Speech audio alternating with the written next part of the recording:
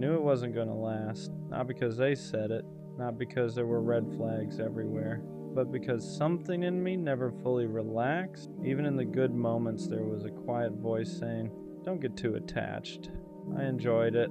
I smiled, I played my part, but deep down, I felt the expiration date, and that's the weirdest kind of heartbreak. When you see the ending while you're still in the middle, sometimes your intuition whispers long before reality confirms it.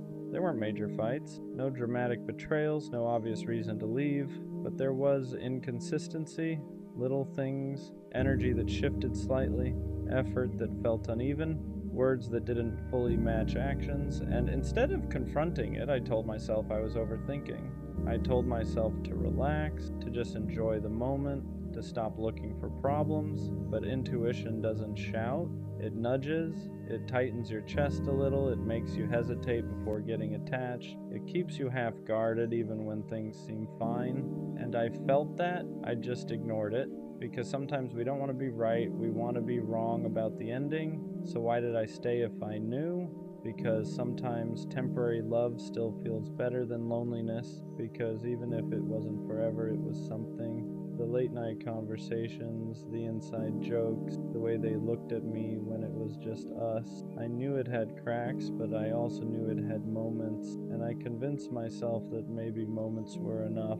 Maybe I didn't need permanence. Maybe I didn't need certainty. Maybe I could just enjoy it without expecting it to stay. But that's the lie we tell ourselves. You can't emotionally invest and pretend you won't feel it when it ends. I stayed because I hoped my intuition would be wrong. I stayed because I liked them, because I wanted it to work, because walking away early felt dramatic, but sometimes staying longer just makes the goodbye heavier. There's a difference between anxiety and intuition. Anxiety is loud, it spirals, it imagines worst-case scenarios, it creates problems that don't exist yet. Intuition is quiet, it doesn't panic, it doesn't overreact, it just knows. And what I felt wasn't panic, it wasn't jealousy, it wasn't insecurity. It was a steady awareness that something wasn't aligned. I didn't feel chosen, I didn't feel secure, I didn't feel like we were building. I felt like we were passing time, and that's how you know. When the connection feels temporary, even while it's happening. Anxiety asks, what if they leave? Intuition says, they're not fully here. And deep down I knew which one it was. Knowing it won't last doesn't make it hurt less. That's the part nobody tells you. You'd think being mentally prepared would soften the blow. It doesn't, because even if your mind saw the ending, your heart still participated. You still laughed, still opened up, still imagined what if. And when it finally ends, there's no satisfaction in being right. There's no relief in saying, I knew it. There's just grief. Grief for the version of it you hope might surprise you. Grief for the effort you still gave even while doubting. Grief for the potential that never turned into permanence. Knowing doesn't protect you, it just makes you feel like you watched crash in slow motion. And sometimes that's worse. Should I have walked away sooner? Maybe. But it's easy to say that now. When you're in it, you don't see it as wasting time. You see it as giving it a chance. You tell yourself, maybe it just needs more time. Maybe they're just figuring things out. Maybe I'm overthinking. Because walking away early feels extreme. It feels impatient. It feels like you're not fighting hard enough. But sometimes staying longer isn't loyalty. It's fear. Fear of starting over. Fear of being alone again. Fear that this might be the closest thing to love you'll get for a while. So you stay, not because it's right, but because it's comfortable enough. And when it finally ends, you don't just grieve them. You grieve the time you knew better, but here's the thing. You didn't stay because you're weak, you stayed because you hoped, and hope isn't something to be ashamed of. Next time I'll trust it, that quiet feeling, that subtle hesitation, that inner voice that doesn't panic, it just knows. Because ignoring it didn't protect me, it just delayed the inevitable. Next time, I won't wait for proof. I won't wait for the obvious red flag. I won't wait for the dramatic ending. I won't wait until I'm already attached. If something feels temporary, I'll ask why. If something feels uneven, I won't convince myself it's balanced. If someone feels half in, I won't invest fully. Not from a place of fear, from a place of alignment. Because intuition isn't there to ruin good things, it's there to protect you from reinforcing the wrong ones. And maybe I needed this ending to finally respect my own instincts. Not every connection is meant to last. Some are meant to wake you up to your patterns, to your boundaries, to the things you tolerate when you're lonely. Maybe it wasn't supposed to be forever. Maybe it was supposed to show you what half effort feels like so you'd stop accepting it. Maybe it was supposed to teach you that chemistry isn't compatibility, that attention isn't intention, that potential isn't commitment. Sometimes we meet people who aren't meant to stay. They're meant to reveal. Reveal where you overgive, where you ignore yourself, where you settle for almost, and once you see it, you can't unsee it. So maybe it didn't last because it wasn't designed to build, it was designed to redirect. Endings don't always mean failure, sometimes they mean clarity. We think if something doesn't last forever, it wasn't real, but that's not true. It was real, the feelings were real, the moments were real, it just wasn't permanent. And permanence isn't the only measure of value. Some connections exist to shift you, to sharpen your awareness, to strengthen your boundaries, to remind you what you need and what you'll never accept again. It didn't fail, it finished, and there's a difference. Failure feels like you did something wrong. Finish feels like it served its purpose, and maybe that's what this was. Not a waste, not a mistake, just a chapter that reached its natural end. I used to think knowing it wouldn't last was a weakness, like I was pessimistic, like I was sabotaging it, like I couldn't just enjoy something good. But now I see it differently, that feeling. It was awareness, I wasn't crazy, I wasn't overthinking, I wasn't insecure.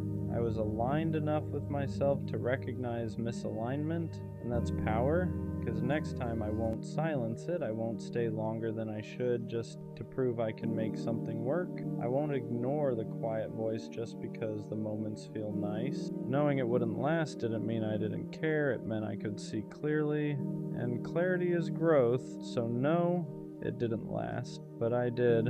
I walked away more aware, more grounded, more in tune with myself, and next time, if it's meant to last, I won't have to convince myself of it. I'll feel that too. I miss who I was before her, not because I don't believe in growth, not because I regret loving her, but because somewhere in the middle of trying to keep us together, I started losing pieces of myself. Before her, I was lighter. I didn't overthink texts. I didn't reread conversations searching for hidden meaning. I didn't question whether I was too much or not enough in the same breath.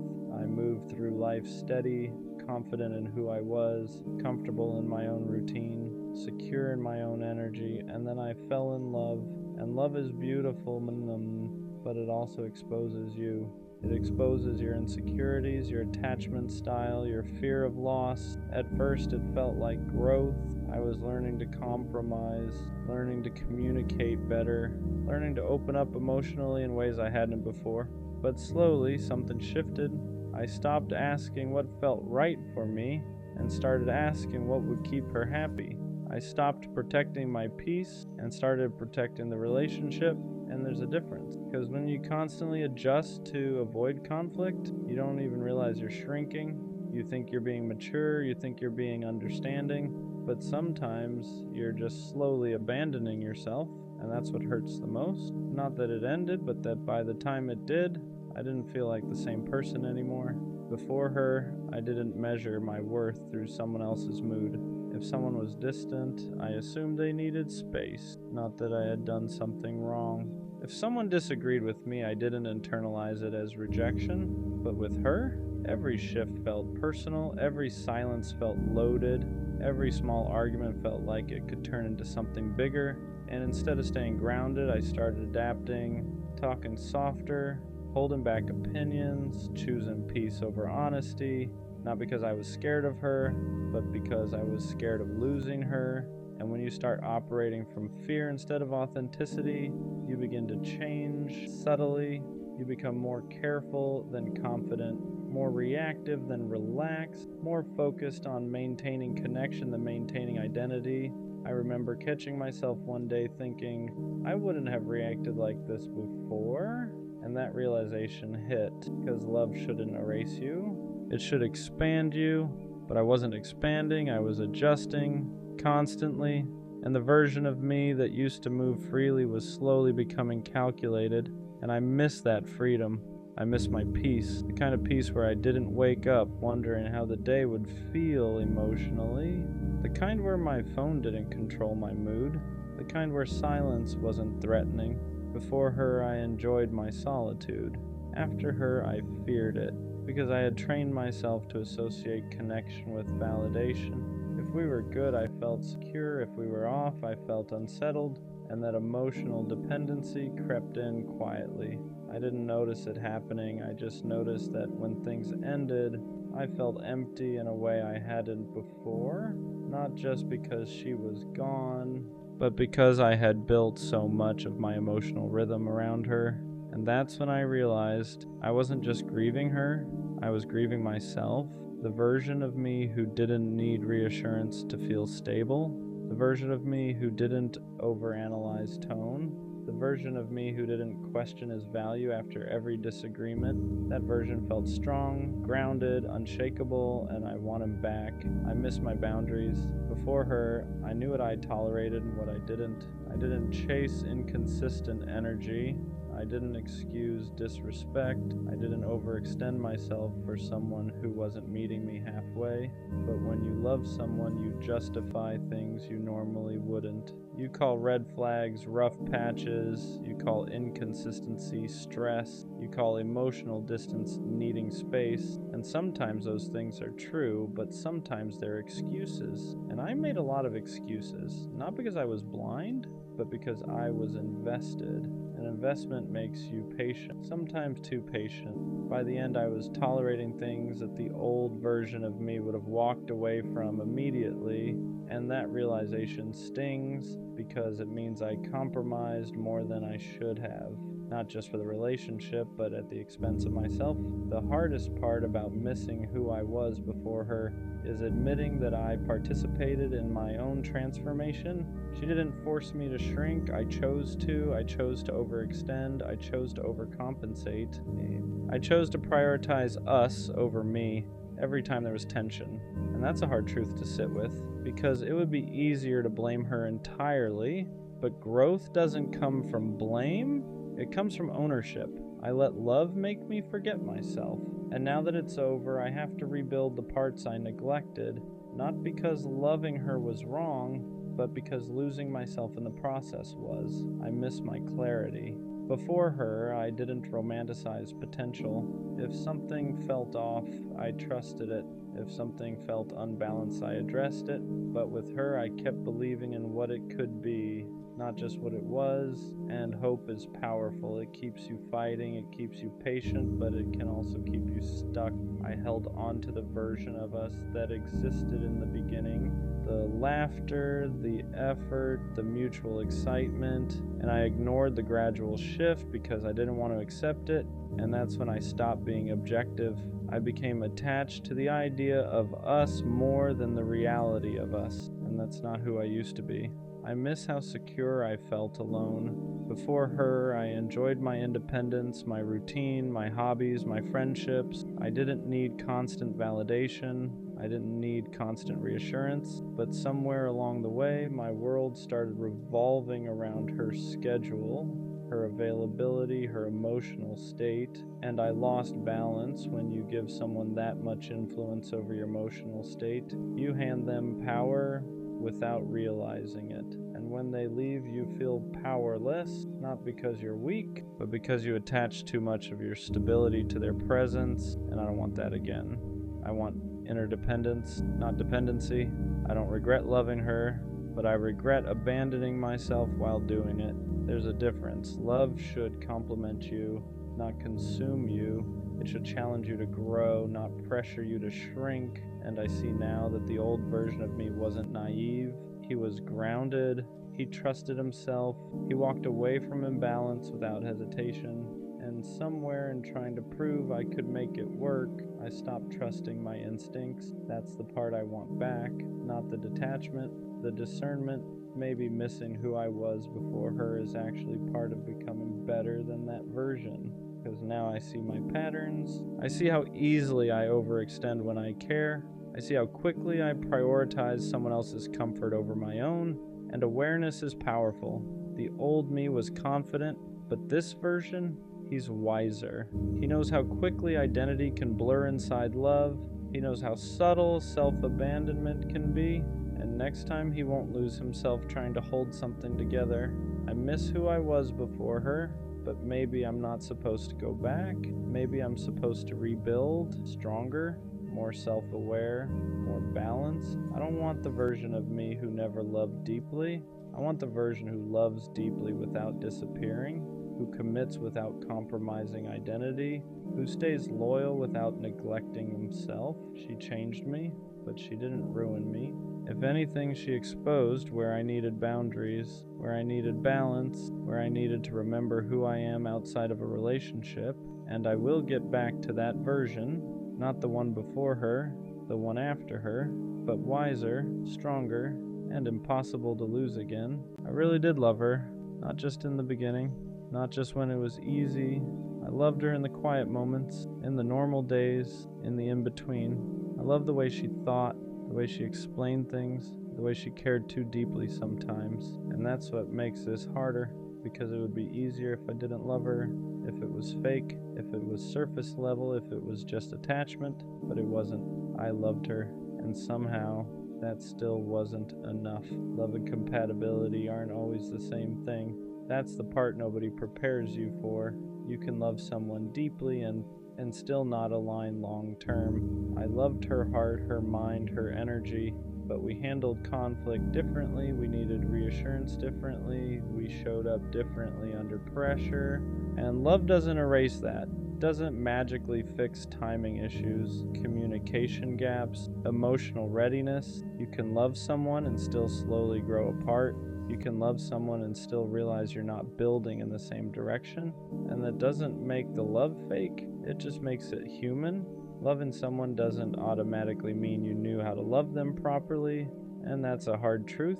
I loved her the best way I knew how, but sometimes the best I knew wasn't what she needed. She needed reassurance. I gave independence. She needed consistency.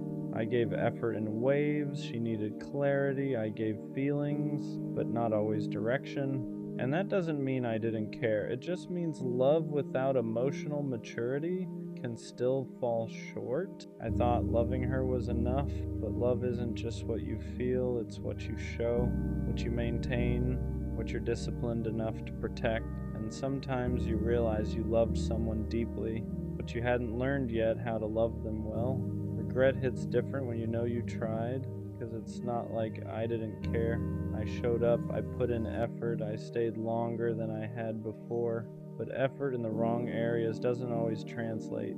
I tried to fix problems instead of understanding them. I tried to be strong instead of being vulnerable.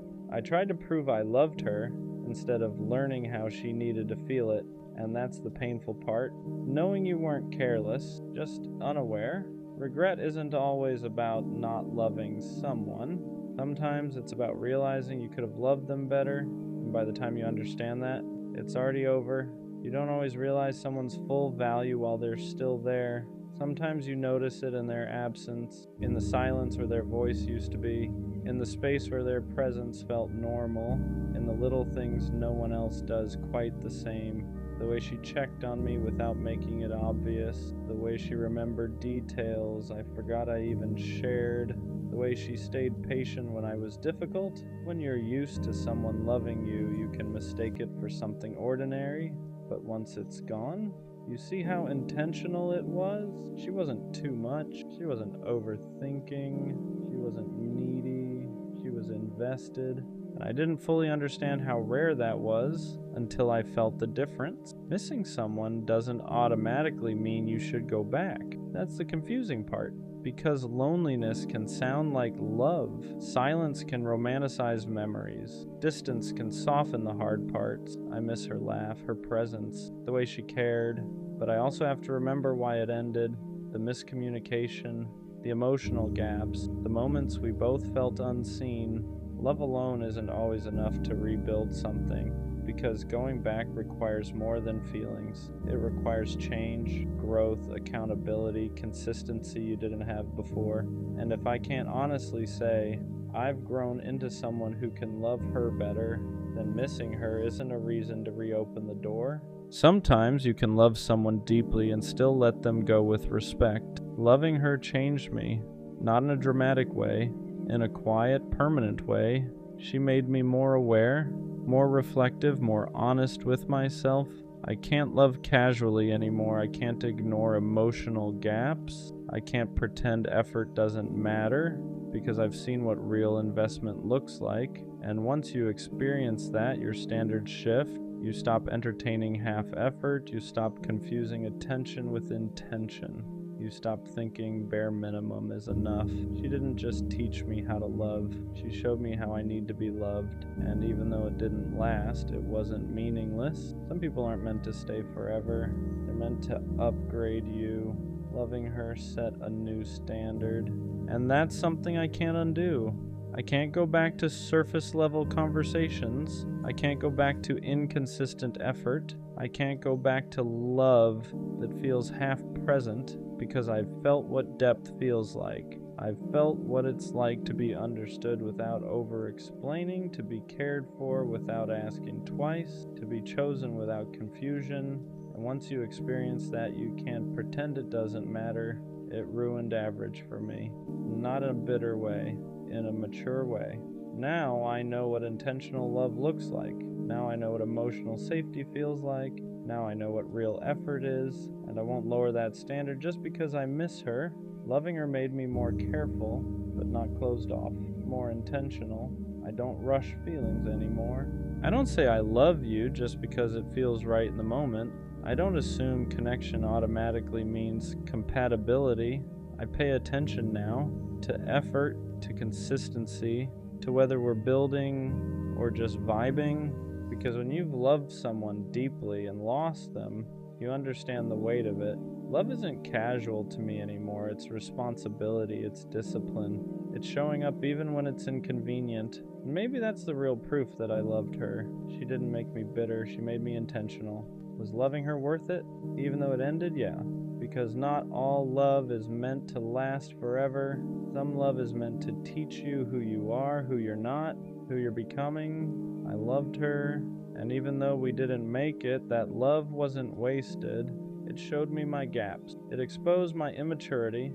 It forced me to grow. It raised my standards. It deepened my emotional awareness. It changed how I show up now, and that matters, because one day when I love someone again, I'll love clearer, stronger, more consistently, not because I forgot her, but because loving her made me better. So yeah, it hurt, it ended, but I really did love her, and that will always mean something. I saw her with him, the same guy she told me not to worry about, and in that moment, everything made sense, not slowly, not over time, instantly, because all those times I felt something was off, all those moments I told myself I was overthinking, all those gut feelings I tried to ignore, they weren't wrong, I just didn't want them to be true. At first I just stood there, not reacting, not moving, because there's something about seeing it with your own eyes that hits different than just thinking about it. It's not a guess anymore, it's not a feeling,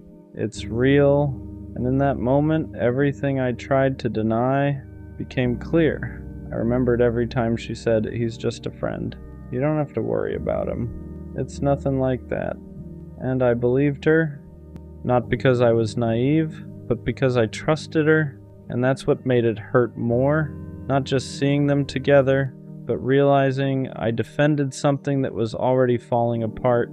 All those moments where my gut told me something was off, I ignored them because I didn't want to be that guy, the one who overthinks, the one who questions everything, the one who doesn't trust. So I stayed calm, stayed understanding, stayed loyal, while she was slowly giving that energy to someone else. And seeing them together, it wasn't even what they were doing, it was how it looked. Comfortable, natural, like something that didn't just start, like something that had been building. While I was still trying to hold on to what we had, that's when it really hit me. I wasn't replaced overnight. I was replaced slowly, quietly, while I was still there. And that realization hurts in a different way, because it makes you feel like you were the only one still in it, while she was already somewhere else. For a second I wanted to confront her ask questions, get answers, but then I realized something. I already had my answer right in front of me. No explanation could change what I just saw, and the truth is, it wasn't even about him. It was about what she chose, because anyone can come into someone's life, but it takes a decision to give them the space that used to be yours, and she made that decision without saying it. That moment closed something in me, not out of anger, not out of hate, just clarity, because now there was nothing left to question, nothing left to figure out. Everything I needed to understand, I was right there. I saw her with the guy she told me not to worry about, and yeah, that hurt. But it also did something else. It removed the last bit of doubt I had, because now I know this for sure. When something feels off, it usually is, and next time, I won't ignore that feeling just to keep something going, because the truth will always show itself. Eventually, I shouldn't have texted her again. I knew at the moment I hit send, that feeling like you already know how it's gonna go, but you do it anyway. Not because you're confused, but because a part of you is still hoping it'll be different this time. So I sent it, simple message, nothing crazy, but deep down, it wasn't just a text, it was me giving the situation one more chance, and I already knew how that usually ends. At first I told myself it was harmless, just a message, just checking in, just seeing what would happen. But it wasn't just that, because when you text someone like that, after everything that already happened, you're not just reaching out, you're reopening something you already struggled to close, and I knew that, but I still did it, because there's always that small voice in your head that says, maybe this time it'll be different. The worst part is waiting after you send it, watching your phone, checking if they read it, trying to act like you don't care, when you clearly do. Because now it's not just about the message anymore, it's about what their response will tell you. Do they still care? Do they ignore you? Do they respond like nothing happened? And no matter what happens, it never feels how you hoped it would. When she replied, it didn't feel the same, not even close. The energy was different, shorter, colder, like I was someone from her past, not someone she still had a connection with. And that's when it hit me. I didn't just text her again. I reminded myself why it ended, because sometimes you don't need closure. You already had it. You just didn't accept it the first time, so you go back, not to fix anything, but to feel something again, even if that feeling ends up hurting you. And that's exactly what happened. That one message brought everything back. The memories, the feelings, the version of her I thought I still had, just to show me that version doesn't exist anymore. For a second I felt like I reset my progress, like all the distance I created, all the clarity I built, got undone by one text. And that's frustrating because you know better. But feelings don't always follow what you know. But after sitting with it, I realized something. That message didn't set me back. It confirmed everything I was trying to accept. It showed me clearly there's nothing left there. Not in the way I wanted, and sometimes you need that. Not because you didn't already know, but because seeing it one more time makes it real in a different way. It removes the what if, it removes the doubt, it replaces hope with clarity. So yeah, I shouldn't have texted her again, but I'm not mad that I did, because now I don't wonder anymore. Now I don't think maybe it could have been different. I saw it, I felt it, and I understand it. Some things don't need another chance. They already showed you everything the first time, and next time I won't send that message, because I won't need to. I stayed loyal. That's the part that messes with me the most. Not because I regret it, but because I know I was real the whole time. I didn't switch up. I didn't look for other options. I didn't keep backups just in case. When I said I was with her, I meant it. Even when things fell off, even when her energy started changing, even when I had moments where I could have pulled back and protected myself, I didn't. Because in my head, loyalty wasn't something you give only when it's easy. It's something you keep, especially when it's not. So I stayed consistent, I stayed patient, I stayed solid in a situation that slowly stopped being solid back. And the crazy part is, while I was staying loyal, she wasn't. The part that's hard to explain is how I stayed the same, even when everything around me started changing. I noticed it, the distance, the shift in energy, the way conversations didn't feel the same anymore. I'm not blind, I saw the signs, but I chose to stay loyal anyway, because I told myself something simple. If I'm real about this, I don't switch up just because it gets uncomfortable. So I didn't match her energy when it dropped. I didn't start moving different. I didn't go looking for someone else. Just because things felt uncertain, I stayed. I kept showing up the same way I always did. And maybe that was my mistake, not being loyal, but being loyal to someone who had already started moving differently behind the scenes.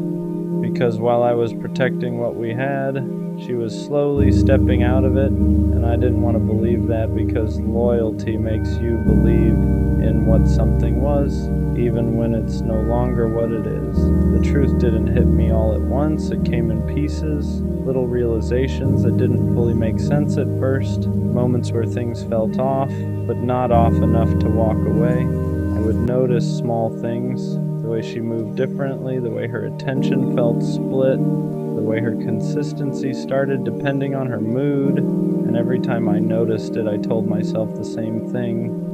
Don't overthink it, because when you're loyal, you don't want to accuse someone of something they haven't admitted. You give them the benefit of the doubt. You trust what you had, instead of questioning what it's becoming. So I stayed grounded, I stayed the same. I kept treating her like she was still fully in it, even when deep down I could feel she wasn't. And that's the part that hurts the most. Not that she switched up, but that I stayed solid while she was already moving differently. At some point, the truth became impossible to ignore, not because she said it, but because her actions started saying it for her. You can feel when someone isn't fully there anymore. You don't need proof, you don't need confirmation. It's in the energy, the way they reply, the way they move, the way they stop showing up the same way they used to. And I felt that, but I stayed loyal anyway, because I kept thinking loyalty meant holding on, holding it together, holding on to what we had, even if it was slipping. But here's what I didn't understand at the time. You can't hold something together by yourself, and I was the only one holding. The more I look back at it, the more I realize something that's hard to accept. I wasn't just being loyal, I was ignoring reality, because loyalty doesn't mean staying blind. It doesn't mean pretending everything is okay when it's clearly not. But that's what I was doing. I was staying consistent in a situation that was becoming inconsistent. I was giving the same energy to someone who had already started giving less, and the imbalance kept growing slowly, quietly, until it was obvious. But by then, I had already invested too much to walk away easily, and then it finally happened. Not in some dramatic way, not in a way that gave me closure, just clarity.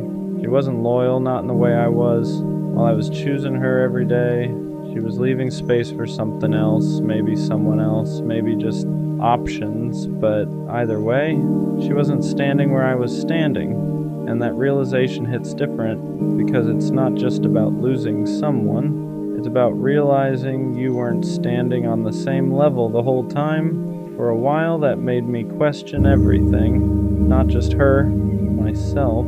I started thinking, was I too loyal? Did I stay too solid? Should I have moved differently? Because when someone hurts you while you're being real, it makes you feel like being real was the mistake, but it wasn't. Loyalty wasn't the problem. Giving it to the wrong person was, and that's the shift that took time to understand. Because I didn't lose by being loyal. I didn't lose because I stayed real. If anything, that's the part I kept. That's the part that didn't change. She changed. She moved different. She chose differently. But me, I stayed who I said I was. And that matters more than it feels like it does in the moment. And because here's the truth, no one tells you right away. Being loyal to the wrong person will hurt, but it will also teach you exactly what real loyalty should look like when it's returned. It shows you the difference between someone who says they care and someone who actually stands on it. And once you've felt that difference, you stop settling for anything less. You stop accepting half effort. You stop excusing inconsistency because now you know what it feels like to give fully. So next time, you expect it back. So yeah, I stayed loyal and she didn't, and for a while that felt like I lost, but now I see it differently because loyalty isn't something you regret. It's something you protect. You just learn who deserves it. The right person won't make you question it, won't make you feel like you're the only one holding things together, won't make you feel stupid for being real. They'll match it naturally, consistently, without you having to ask. So no, I'm not changing the way I love, I'm just changing who I give it to, because being loyal isn't the mistake. Giving it to someone who wasn't is. I stayed loyal, even when it got hard, even when we were arguing more than laughing, even when my friends were telling me I deserved better, even when I felt unappreciated. I stayed, not because I didn't have options, not because I couldn't walk away, but because when I commit fully. Loyalty isn't something I switch on and off depending on how I feel that week. It's a decision, and I made it. I ignored distractions, I curved attention, I shut down conversations that crossed boundaries. Not because I was scared of getting caught, but because I respected what we had. So when I found out she didn't stay loyal, it didn't just hurt, it confused me. Because how do two people sit in the same relationship and value it completely differently?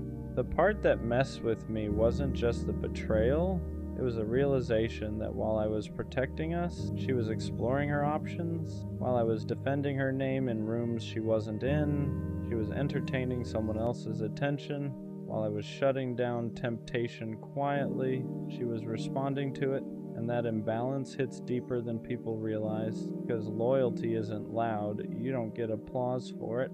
No one congratulates you for not cheating. It's invisible, it's internal, it's discipline. So when you find out the person you were loyal to didn't have that same discipline, it makes you feel stupid for being solid, like you overinvested, like you believed in something that wasn't mutual. I started replaying everything, playing... Was she distant because she was already talking to someone else? Were those late replies really just being busy?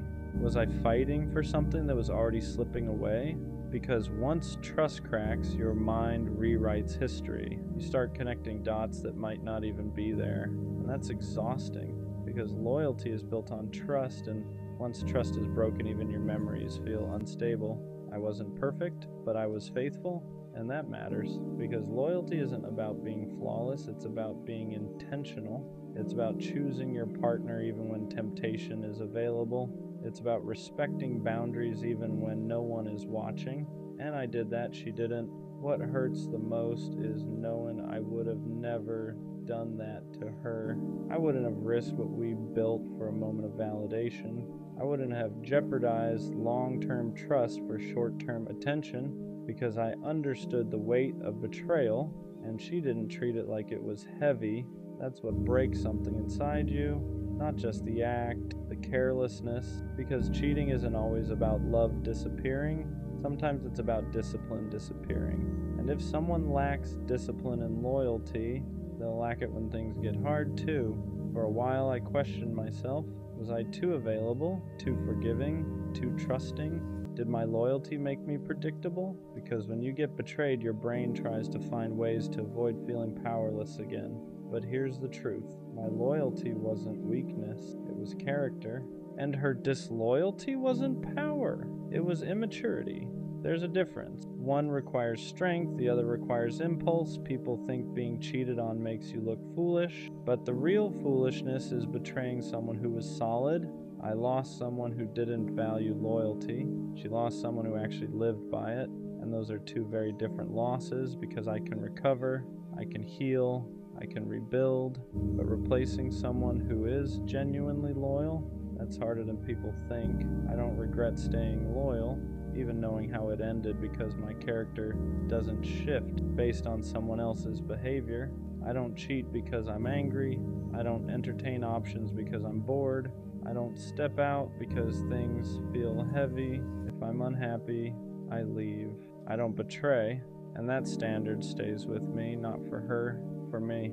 The scary part after betrayal is this: you start wondering if loyalty is even worth it, if everyone cheats eventually, if trusting deeply just makes you vulnerable. But I refuse to let someone else's lack of integrity change mine, because loyalty isn't outdated, it's rare. And rare doesn't mean foolish, it means valuable. She didn't stay loyal, but that says nothing about my worth. It says everything about her discipline, her boundaries, her emotional maturity. Because if someone can look at loyalty and still step outside it, they were never anchored. And I don't want someone who floats when things get tested. I want someone who stands. I stayed loyal, even when it was inconvenient, even when it was tempting not to, even when I felt underappreciated, and I'll stay that way. Not because everyone deserves it, but because I deserve to be someone who lives by principle. She didn't stay loyal, and that hurt, but I'd rather be the one who was solid than the one who couldn't hold a commitment. Because loyalty doesn't make you weak, it makes you rare, and one day someone will recognize that instead of testing it. You don't chase love because you're romantic. You chase love because you don't know how to sit with yourself yet. Because silence makes your thoughts loud. Because being alone feels like proof that something about you isn't enough. So you look for love to fill the space. You attach quickly. You overextend. You give more than you should, sooner than you should. Not because you're stupid, but because being chosen feels like relief. Like if someone wants you, then maybe you can stop questioning yourself for a while. You don't just want connection. You want validation. You want someone to prove that you're worth staying for, worth prioritizing, worth choosing. So when someone shows interest, you lean in hard, you ignore red flags, you excuse inconsistency. You tell yourself, if I love them better, they'll love me back. And when they pull away, it doesn't just hurt, it confirms your worst fear, that you weren't enough. So you try harder, you become more available, more understanding, more forgiving than you should be.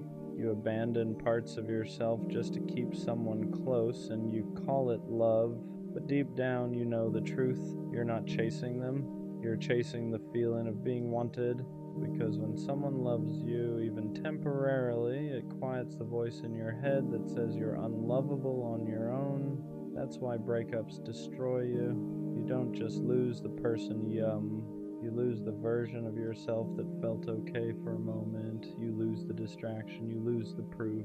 You lose the illusion that someone else could fix what you haven't faced yet. And that's the part no one wants to admit. Chasing love like this isn't romance. It's avoidance. It's using someone else's attention to avoid learning how to give it to yourself.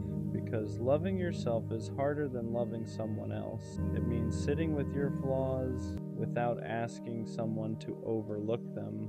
It means choosing yourself without needing applause. It means learning how to feel whole without being held together by another person. And that terrifies you, so you chase love instead. But here's the shift, the part that hurts before it heals. The moment you stop chasing love to fill the emptiness, you start attracting it from a different place. Not desperation, not fear, not self-doubt, but choice. Because real love doesn't arrive to save you. It arrives when you're no longer asking someone else to convince you that you matter.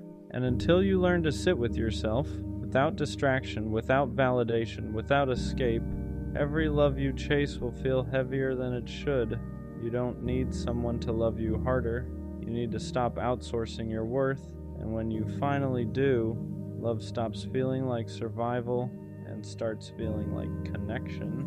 You don't chase love because you're passionate. You chase it because being alone feels unbearable. Because when things get quiet, your thoughts get loud, and they don't tell you kind things. So you look for someone else to sit in that space with you, to distract you, to validate you, to make you feel wanted enough to forget how little you feel about yourself. You don't just want connection, you want relief. Relief from the constant feeling that something about you is missing, that you're behind, that if you were enough, someone would have stayed by now. So when someone shows interest, you grab onto it, you attach fast, You give more than you should. You bend your boundaries before they even ask, not because you're weak, but because being chosen feels like proof. Like if someone wants you, then maybe the voice in your head can finally shut up for a while. You start confusing attention with love, consistency with commitment, chemistry with safety, and when they pull away, it doesn't just hurt, it confirms everything you were afraid of. So you chase harder, you explain more, you forgive more, you accept less. You tell yourself that if you just love them better, they'll love you back the way you need. But what you're really doing is asking someone else to give you a sense of worth you don't know how to give yourself yet. And that's why it feels so desperate, because it's not about them. It's about the fear that without love, you have nothing to stand on. This isn't romance, it's survival. And until you learn how to sit with yourself without needing someone else to make you feel okay, every love you chase will feel heavier than it should. At some point, chasing love turns into abandoning yourself. You stop asking what you need and start asking what they want, how much space to give, how much to hold back, how to be easier to stay with. You shrink in small ways at first. You don't bring things up because you don't want to seem difficult. You accept less effort because at least they're still here. You tell yourself you're being understanding when really you're being afraid that if you ask for more, they'll leave. So you adapt. You become more available than you should, more forgiving than is healthy. You explain away behavior that already made you feel small, and every time you do, you move a little further away from yourself, but you call it love. You tell yourself this is what it means to fight for someone, to be patient, to be loyal.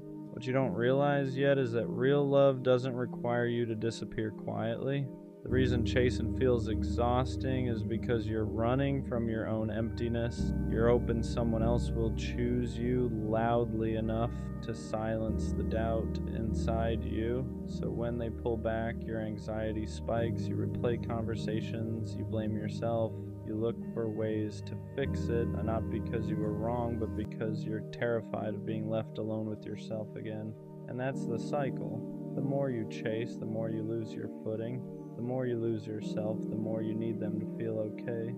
That's why it hurts so much. Not because they were everything, but because you made them responsible for holding you together.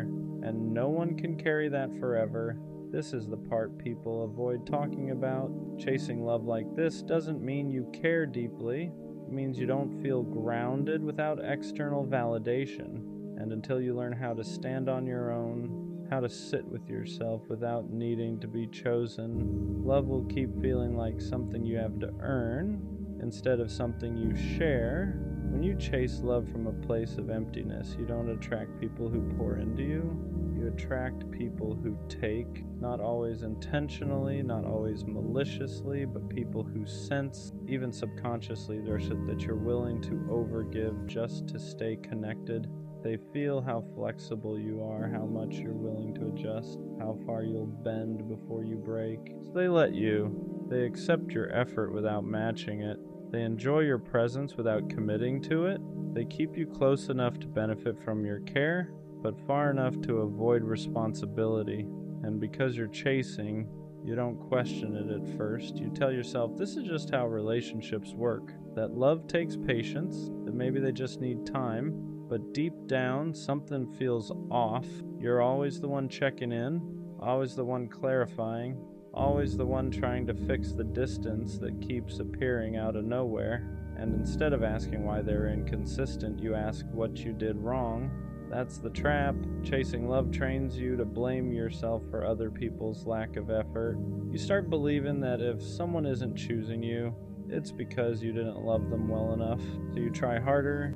You give more reassurance, more patience, more access to parts of you that should have been protected, and the dynamic deepens. They stay comfortable, you stay anxious, they get affection without accountability, you get hope without security, and that imbalance keeps repeating until you finally see it for what it is. You're not unlucky in love, you're just chasing from a place that tells the wrong people you'll accept less than you deserve, because people who are capable of real love don't feel comfortable being chased. They meet you halfway.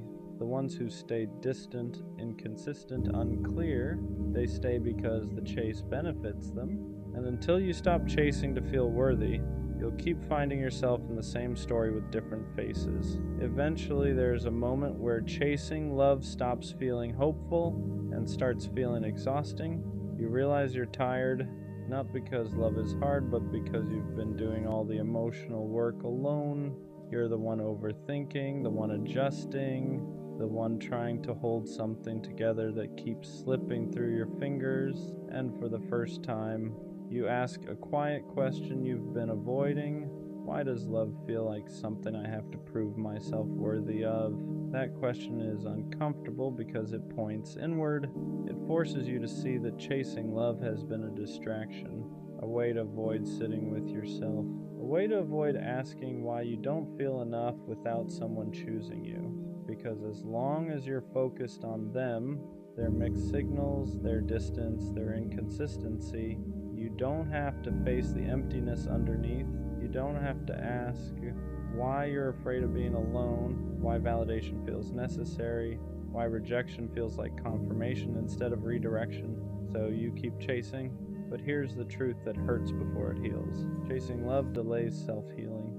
Every ounce of energy you spend trying to be chosen is energy you're not spending, learning how to choose yourself. And that's why nothing ever feels settled, because no matter who you're with, you're still looking to them to fix something they didn't break.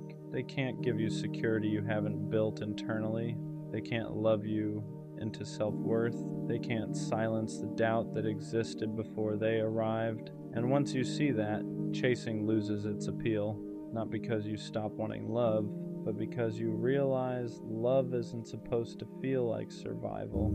It's supposed to feel like addition, not rescue. And the moment you stop running from yourself is the moment the chase starts to lose its power.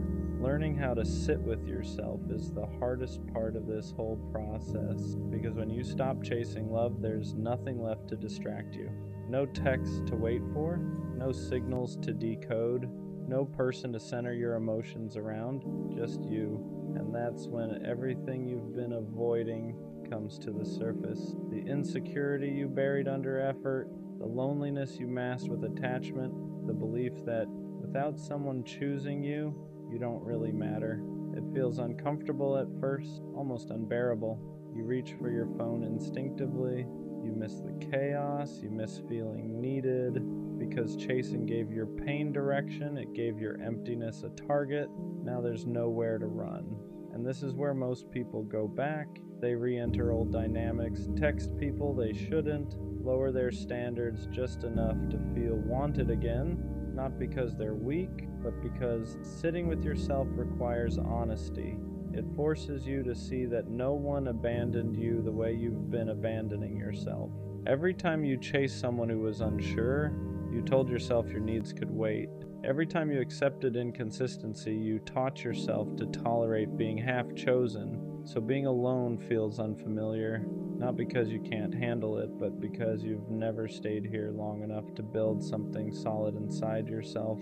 This is where self-love actually starts, not affirmations, not confidence quotes, but learning how to stay when there's no validation coming in, learning how to comfort yourself instead of outsourcing it, learning how to choose yourself without needing approval. And slowly, something shifts. You stop craving attention. You stop confusing intensity with connection. You stop chasing people who feel familiar for the wrong reasons. Because now, you're no longer running from yourself. And when you stop doing that, love stops feeling like something you need to survive. When you finally start building self-love, the chase doesn't just slow down. It feels wrong. You notice it first in small ways. The anxiety doesn't hook you the same. Inconsistency doesn't feel exciting anymore.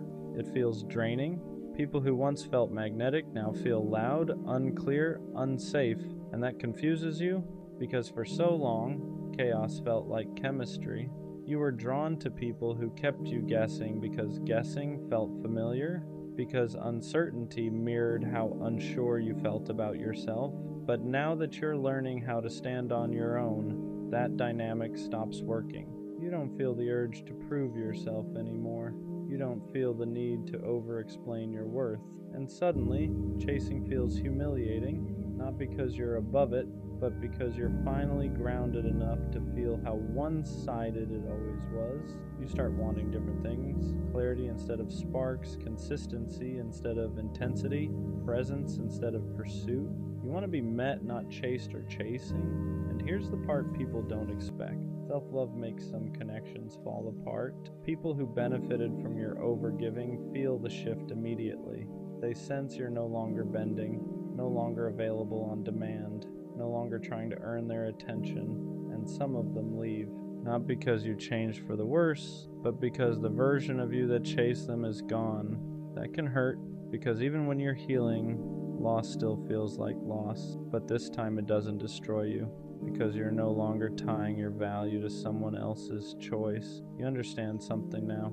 Love that requires chasing is love that feeds on insecurity, and love that's healthy doesn't need pursuit to survive. It shows up, it stays, it chooses you without being convinced, and the more you learn how to love yourself quietly, consistently, honestly, the less tolerance you have for anything that makes you feel like you need to beg to belong. When the chasing finally stops, a new fear shows up. Not the fear of being alone, but the fear of trusting love again without desperation. Because now you're calmer, more grounded, less reactive, and that feels unfamiliar.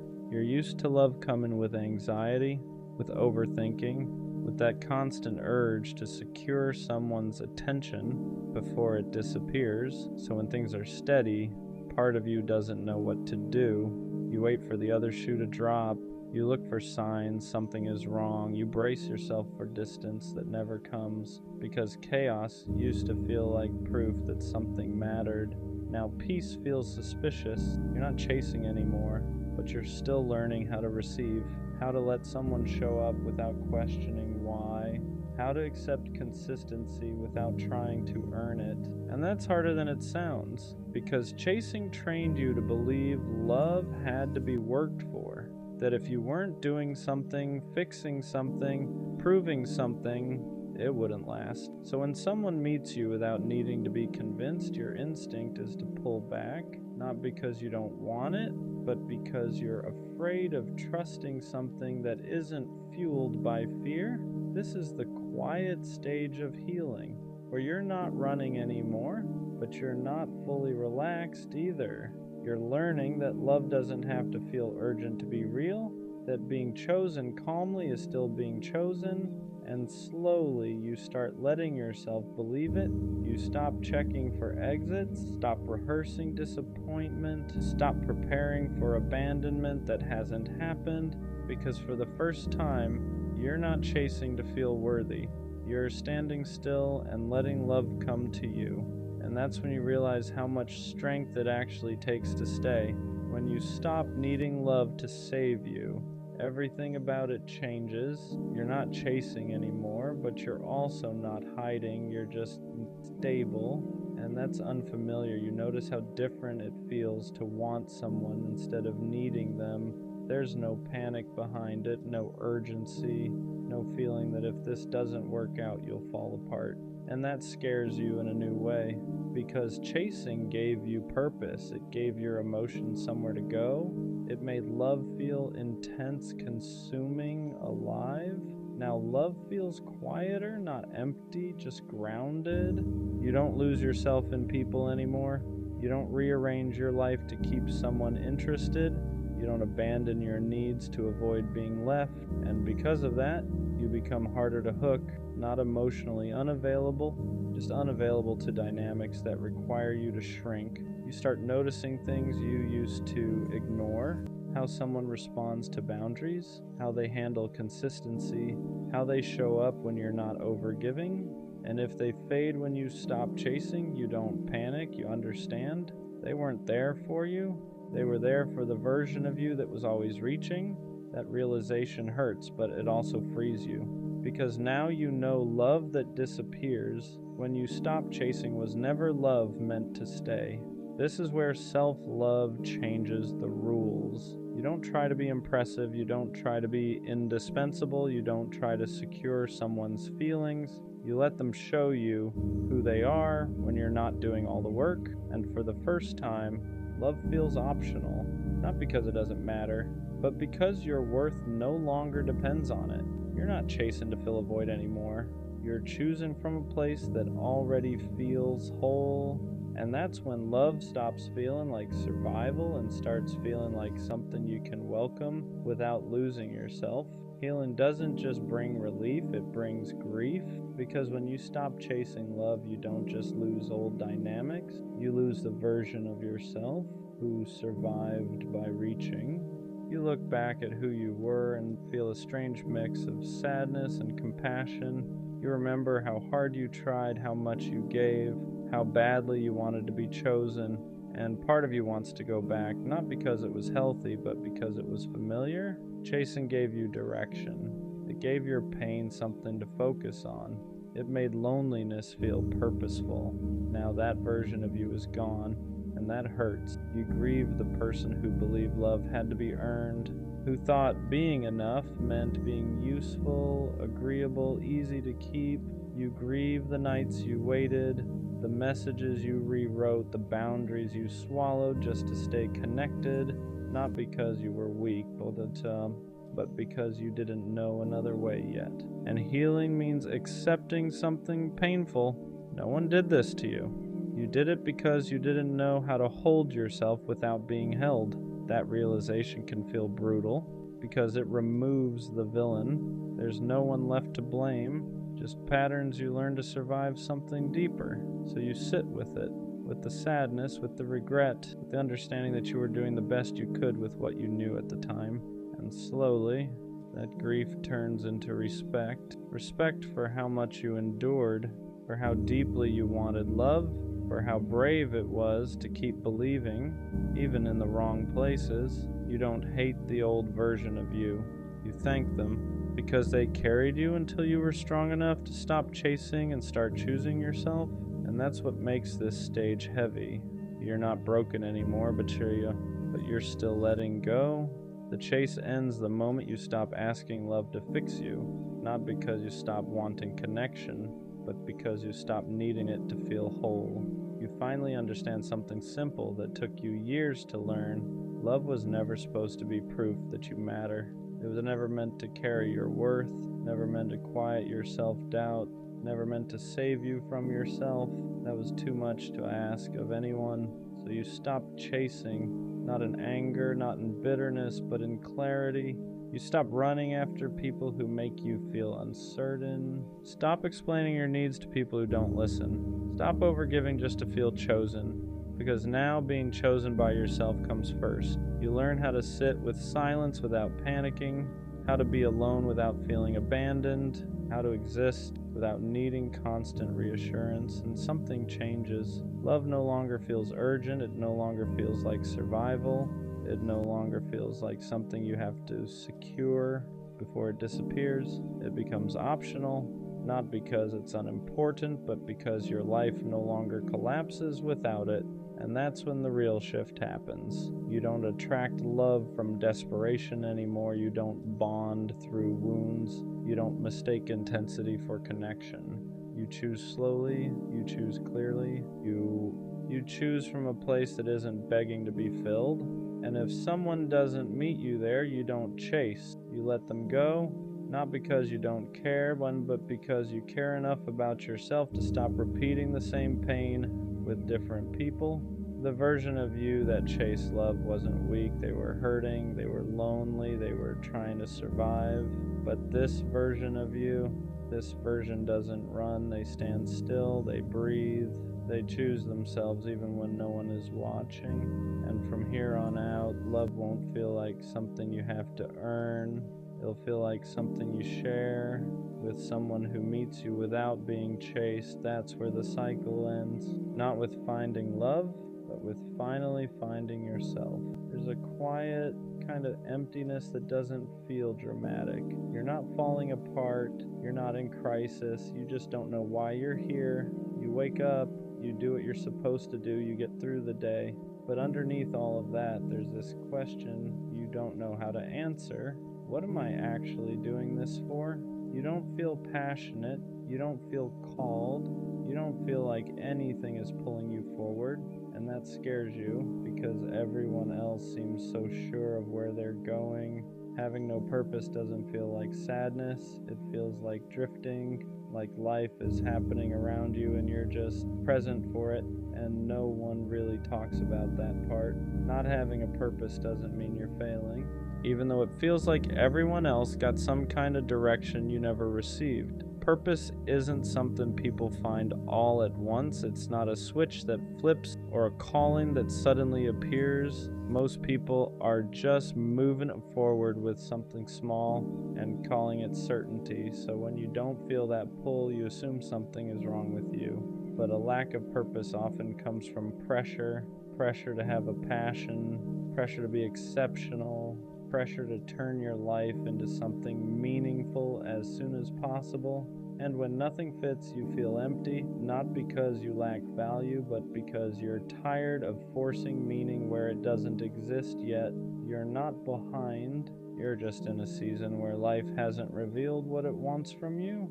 And that's more common than anyone admits. Purpose usually doesn't appear because you thought hard enough about it.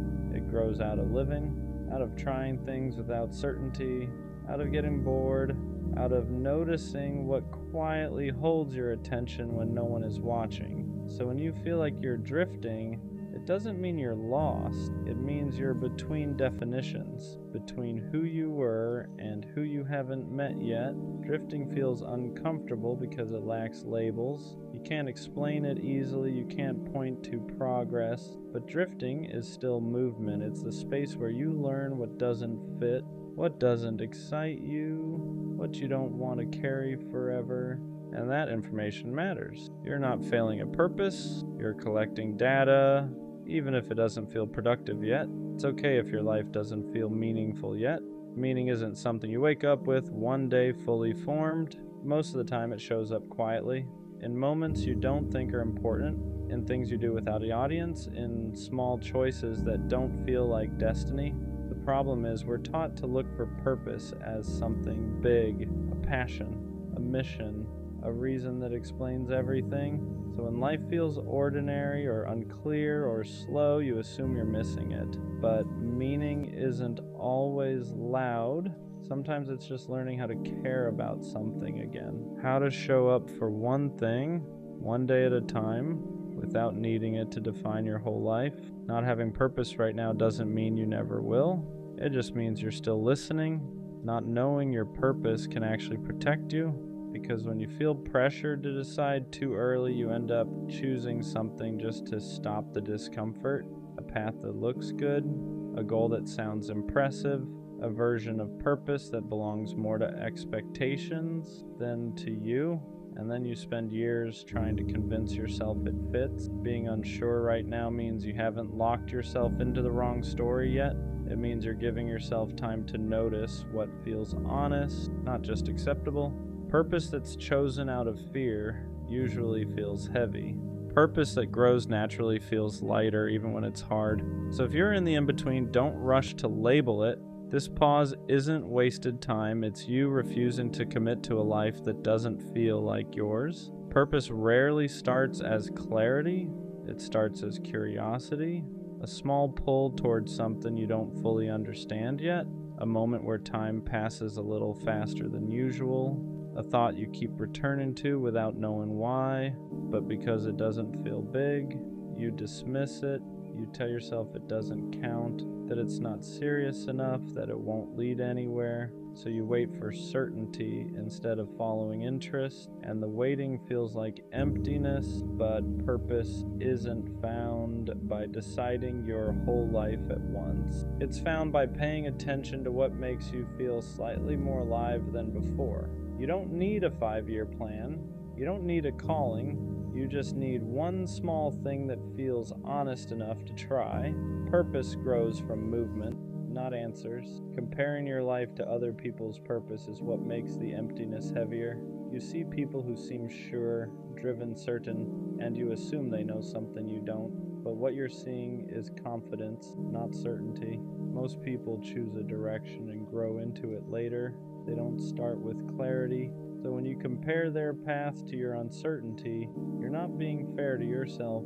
You're measuring your beginning against someone else's middle. Purpose isn't a race. It's not something you fall behind on. It shows up at different times for different people because it's shaped by experience, not pressure. The more you stop watching where everyone else is going, the easier it becomes to notice what's quietly calling you, and that's where purpose actually starts to form. It's okay if your purpose isn't impressive. Not everything meaningful looks big from the outside. We're taught that purpose has to be visible. A career, a mission, something people can point to and admire. So when what matters to you feels small, you dismiss it. But simple purpose still counts. Being someone who listens well, being steady when others are overwhelmed, creating small moments of calm, showing up quietly, consistently. Not all purpose is loud. Some of it lives in how you treat people, in how you carry yourself through ordinary days, in how you don't make the world heavier just by being in it. If your life feels purposeless right now, it might be because you're looking for something dramatic and missing what's already there. Purpose doesn't always announce itself. Sometimes it's just the way you exist without giving up on yourself. Purpose often becomes clearer after you stop demanding that it explain your whole life.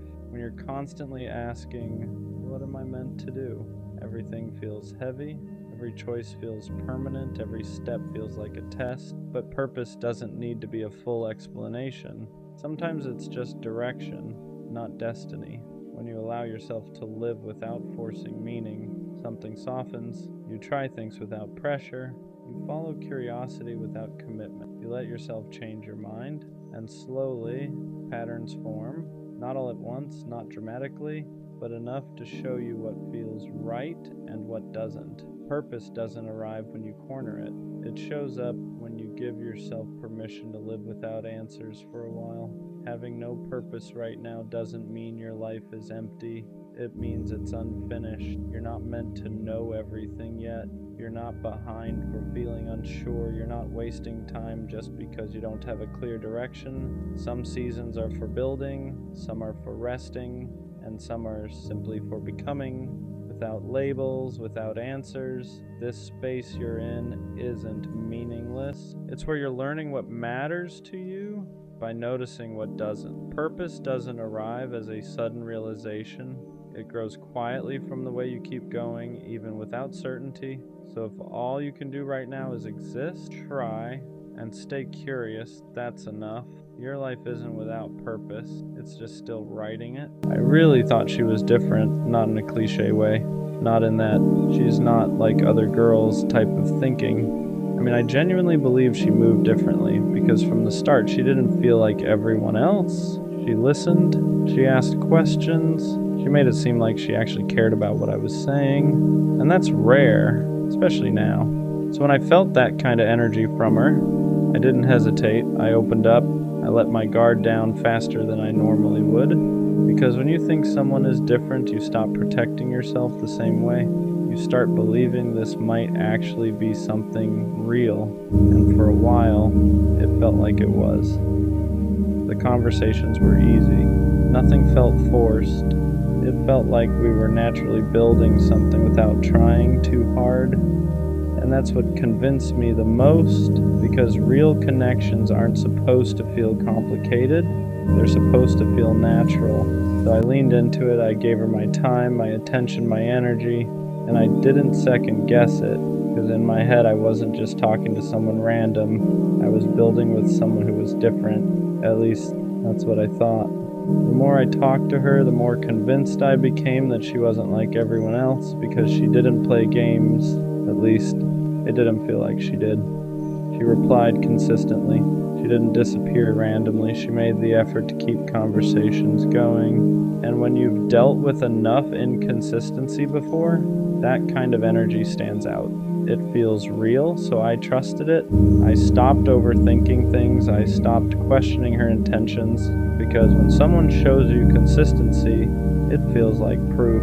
Proof that they're serious, proof that they're different, proof that this might actually go somewhere, and that's when I started investing more, not just time, but emotionally. I started letting her see parts of me I don't usually show right away. The way I think, the things I've been through, the way I actually feel about certain things, because I thought she was someone who would understand it, someone who wouldn't take that lightly, and she made it seem like she didn't. She would listen, she would respond in a way that felt genuine. She made it feel like what I was saying actually mattered to her, and that's what pulled me in deeper, because attention is one thing, but understanding, that's different, or at least it's supposed to be.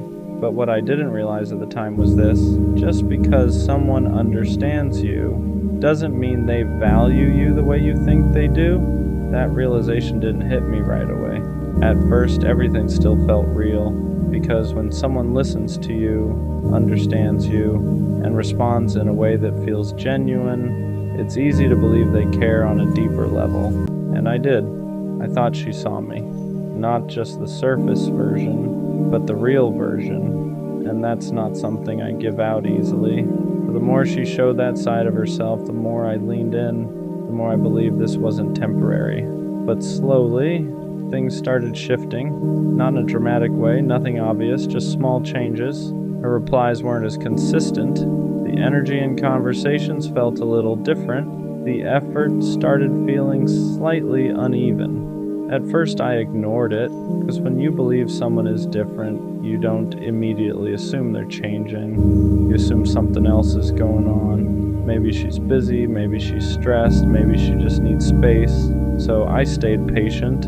I didn't pull back. I didn't question her. I just kept showing up the same way I always did. Because in my mind, you don't give up on something real just because it feels off for a moment. But here's the thing I didn't realize yet. When someone is actually different, their consistency doesn't disappear without explanation. That's when I started noticing something I didn't want to admit. The version of her I thought was different only existed in certain moments, not consistently. Because when everything was good, she showed up fully. She was present, engaged, easy to talk to. But when something shifted, even slightly, that same energy disappeared, and that's where the confusion started, because now I wasn't just dealing with inconsistency, I was dealing with contrast. One day it felt real, the next day it felt distant, and when you've seen someone at their best, it's hard to accept their worst. So instead of questioning the connection, I started chasing the version of her I thought was real, the version that listened, the version that understood, the version that made everything feel easy.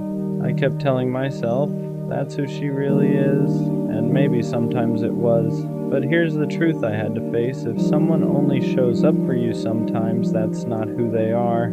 That's just who they are when it's convenient. And I didn't want to believe that, because admitting that meant admitting something bigger, that maybe she wasn't different. I just experienced her best moments and mistook them for her whole character. Once I accepted that the different version of her wasn't consistent, something else started becoming clear. I wasn't reacting to who she actually was. I was reacting to who I thought she was. And that's a dangerous place to be, because when you build feelings based on someone's best moments, you start ignoring their patterns. You hold on to the highs and excuse the lows. You remember how good it felt when everything clicked, and you convince yourself that version of them is the real one. So every time she pulled away, I didn't take it at face value. I told myself she'll come back to how she was. Every time the energy dropped, I didn't question it. I just stayed consistent, hoping things would reset. And sometimes they did. She would come back, the conversations would feel right again, the connection would feel easy again, and those moments would convince me all over again that she was different. But now, I understand something I didn't see back then. Those moments weren't proof of consistency, they were just temporary alignment. And temporary alignment feels real when you want something to work, but real connection doesn't come and go like that. it stays. The more I thought about it, the more I realized something I didn't want to admit. I wasn't in a stable connection. I was in a cycle of highs and lows that kept resetting my feelings every time things felt good again. Because every time she came back with that same energy, the version of her that felt easy, understanding, and real, it made me forget everything that didn't make sense. It made me forget the distance, the inconsistency, the moments where I felt like I was the only one holding it together. And that's how cycles keep you stuck.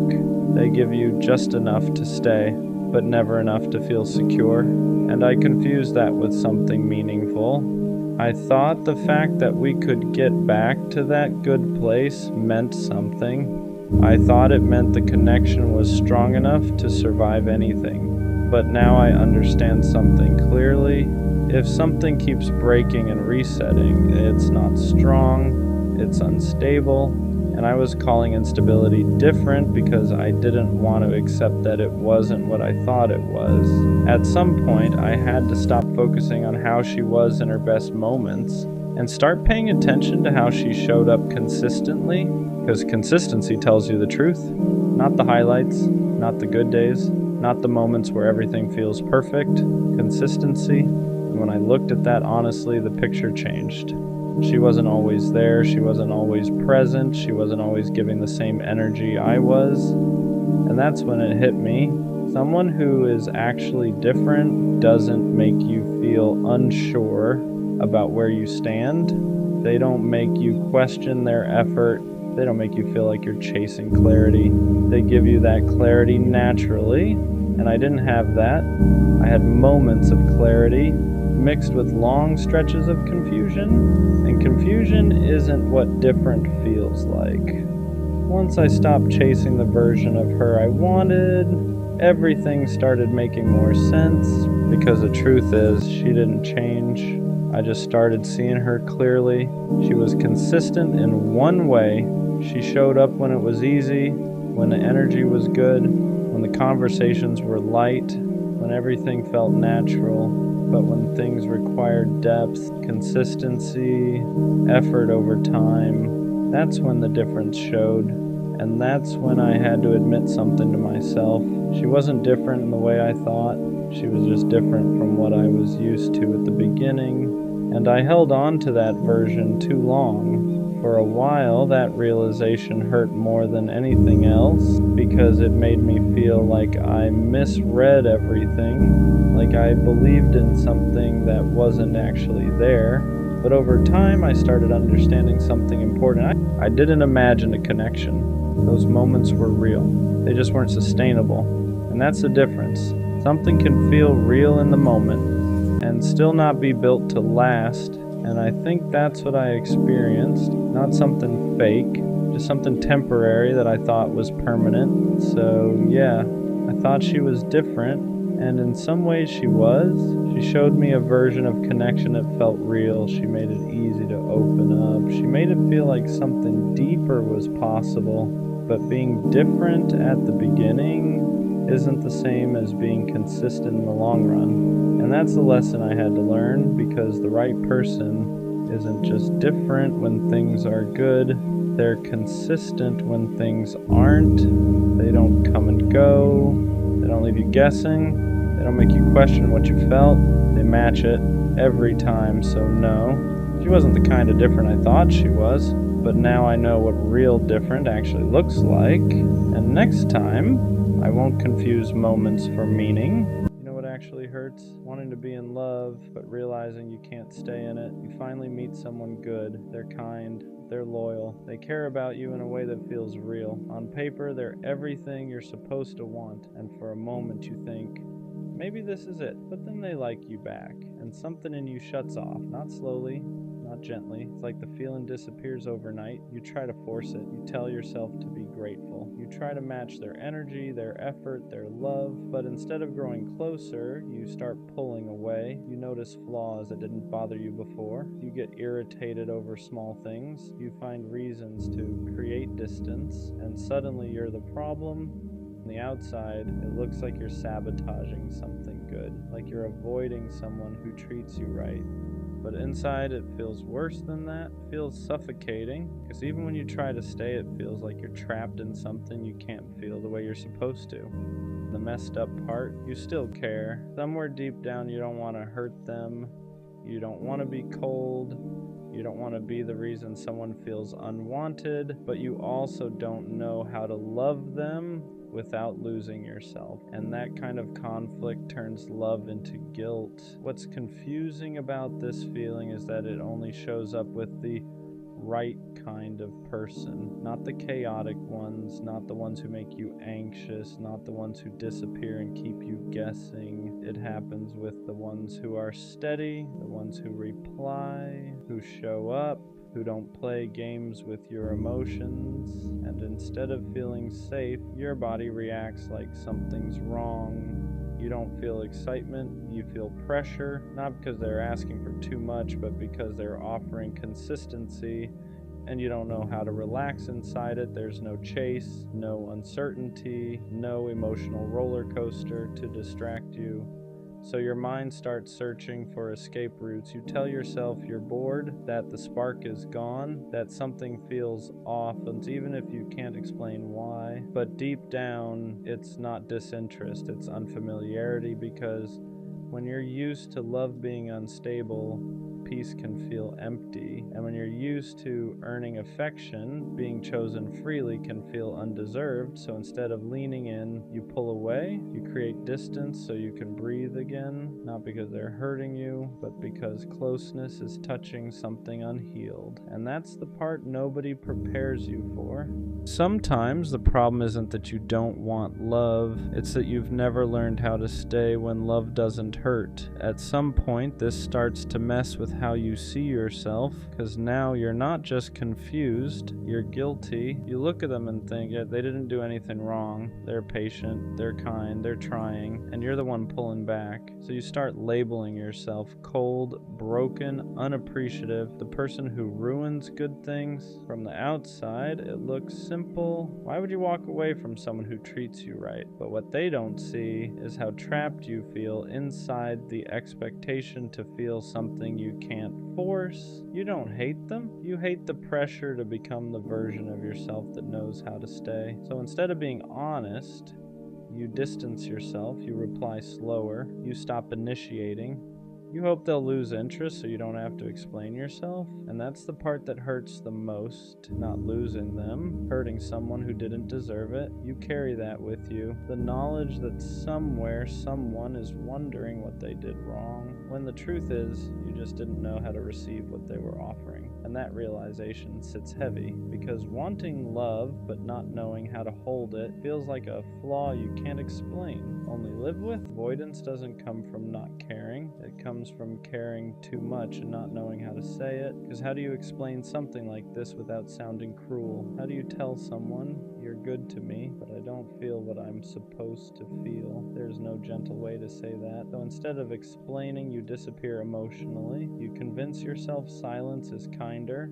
That distance will hurt less than honesty, but silence creates its own kind of damage. They feel it, the shift, the hesitation, the way your energy isn't the same anymore, and you feel it too. Every message feels heavier. Every interaction feels like a reminder that you're failing at something that should be simple. So you keep avoiding the conversation, hoping clarity will show up on its own, but it doesn't. All that grows is resentment, not toward them, but toward yourself, because now you're stuck between two fears, hurting them by telling the truth, or hurting them slowly by pulling away. And avoidance feels safer in the moment because it delays the guilt, but it doesn't remove it, it just stretches it out. And the longer you stay quiet, the harder it becomes to speak honestly at all. If you look closer, this pattern isn't about them at all. It's about what closeness brings up in you, because real healthy affection doesn't distract you from yourself. It brings you face to face with things you buried, old fears, old wounds, old beliefs about what love costs. When someone is consistent, there's nowhere to hide. You can't blame mixed signals, you can't blame distance, you can't blame uncertainty. All that's left is you, and the part of you that learned early on that love comes with pressure. Pressure to be enough, pressure to stay, pressure to not mess it up. So your system does what it learned to do best. It pulls away before it can fail. Avoidance isn't rejection, it's self-protection. You're not running from them. You're running from the version of yourself that feels exposed when someone chooses you fully, because being wanted means being seen. And being seen means being vulnerable in ways you never learned were safe. So your mind flips the switch. You call it disinterest, you call it boredom, you call it not feeling it, but underneath all of that is fear, not of losing them, but of losing control. Eventually a realization starts to creep in. This isn't about love failing, it's about healing that hasn't happened yet. Because when someone offers you something real, it presses on the places you never finished healing, not because they're doing anything wrong, but because closeness exposes what avoidance kept quiet. Love asks questions you've been dodging. It asks you to be present. It asks you to trust consistency. It asks you to stay when things feel uncomfortable instead of dramatic. And if your past taught you that love comes with loss, your body reacts before your mind can explain it. So instead of leaning in, you shut down, not because you don't care, but because caring activates fear, fear of dependency, fear of responsibility, fear of becoming someone who needs another person, because somewhere along the way, you learned that needing someone meant giving them the power to hurt you. So when love shows up calm and steady, your nervous system mistakes it for danger, and you don't realize what's happening until later, after you've already pulled away, after you've already created distance, after you've already blamed yourself. But this moment matters because once you see that this isn't disinterest, it's unhealed fear, you stop calling yourself broken, you start calling it what it is, a signal. Once you see the pattern, something changes, not overnight, not perfectly, but you stop running on autopilot. You start noticing the moment your body wants to pull away, the urge to detach, the instinct to create distance the second things feel real, and instead of obeying it immediately, you pause. You ask yourself, am I actually uninterested? Or am I uncomfortable? That question alone changes everything, because discomfort isn't a red flag, it's a signal. It tells you something important is happening, something unfamiliar, something that requires presence instead of escape. So instead of disappearing, you stay a little longer. You don't force feelings, you don't fake certainty. You just allow yourself to exist inside the discomfort without punishing it. You start choosing honesty over avoidance, not brutal honesty, gentle honesty. I'm confused, I'm scared, I don't know what I'm feeling yet. And for the first time, connection doesn't feel like a trap. It feels like practice. Practice staying, practice communicating, practice letting someone see you without immediately taking that away. You realize something important here. You don't have to feel everything at once. You don't have to be sure. You just have to stop abandoning yourself the moment love asks you to be present. At the end of all this, you start to understand something clearly. Love was never the problem. Fear was. Fear was the thing turning care into pressure. Fear was the thing making peace feel boring. Fear was the thing convincing you that pulling away was safer than staying. When fear stops leading, love feels different. It's quieter, slower, less dramatic. It doesn't hit like chaos. It doesn't demand certainty right away. It doesn't make you feel trapped. It gives you space to exist without disappearing. Real love doesn't ask you to force feelings. It doesn't punish confusion. It doesn't make you feel like you're failing for needing time. It lets you grow into it, and when you stop running, you realize something important. Caring doesn't mean losing yourself. Staying doesn't mean being stuck. And choosing someone doesn't mean giving up control. It just means you're present. You're allowed to learn how to love differently than you were taught. You're allowed to take it slow. You're allowed to feel unsure without self-sabotaging. And most of all, you're allowed to stop hating yourself for struggling with something you were never shown how to do safely, because the moment love stops being about fear is the moment it finally starts feeling real. You keep ignoring the red flags because all you want is love, not peace, not respect, not consistency, just love. You see the signs, you see the unanswered calls, the constant busy, The way you're always an option, never a priority. And instead of asking why it hurts, you ask how to endure it. You tell yourself it's patience, that it's loyalty, that love means staying even when it costs you. But let's be honest, she doesn't check on you. She doesn't consider your feelings. She doesn't show up the way you do. And you know that. You just don't want to face what it says about you for staying. So here's the real question you've been avoiding. How much do you actually love yourself? Because when you stay in situations that keep hurting you, when you keep accepting disrespect just to feel close to someone, that's not love. That's neglect. If you truly loved yourself, you wouldn't keep choosing pain just to feel wanted. You wouldn't keep lowering your standards to keep someone around who clearly isn't choosing you back. But you don't protect yourself, you sacrifice yourself. Because being alone scares you more than being hurt. And that's why you accept the bare minimum.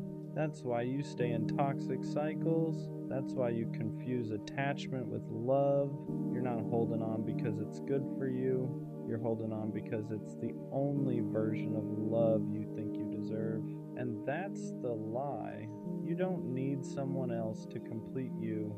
What you actually need is to stop outsourcing your worth. Because the moment you start loving yourself, really loving yourself, you stop begging for attention. You stop tolerating disrespect. You stop calling pain connection. You stop chasing people who only show up halfway. Self-love doesn't make you selfish. It makes you unavailable to anything that keeps breaking you. And until you learn that, you'll keep calling suffering love and calling survival loyalty. You are worth more than crumbs. You are worth more than confusion. You are worth more than being an option. But no one can convince you of that until you decide to believe it yourself.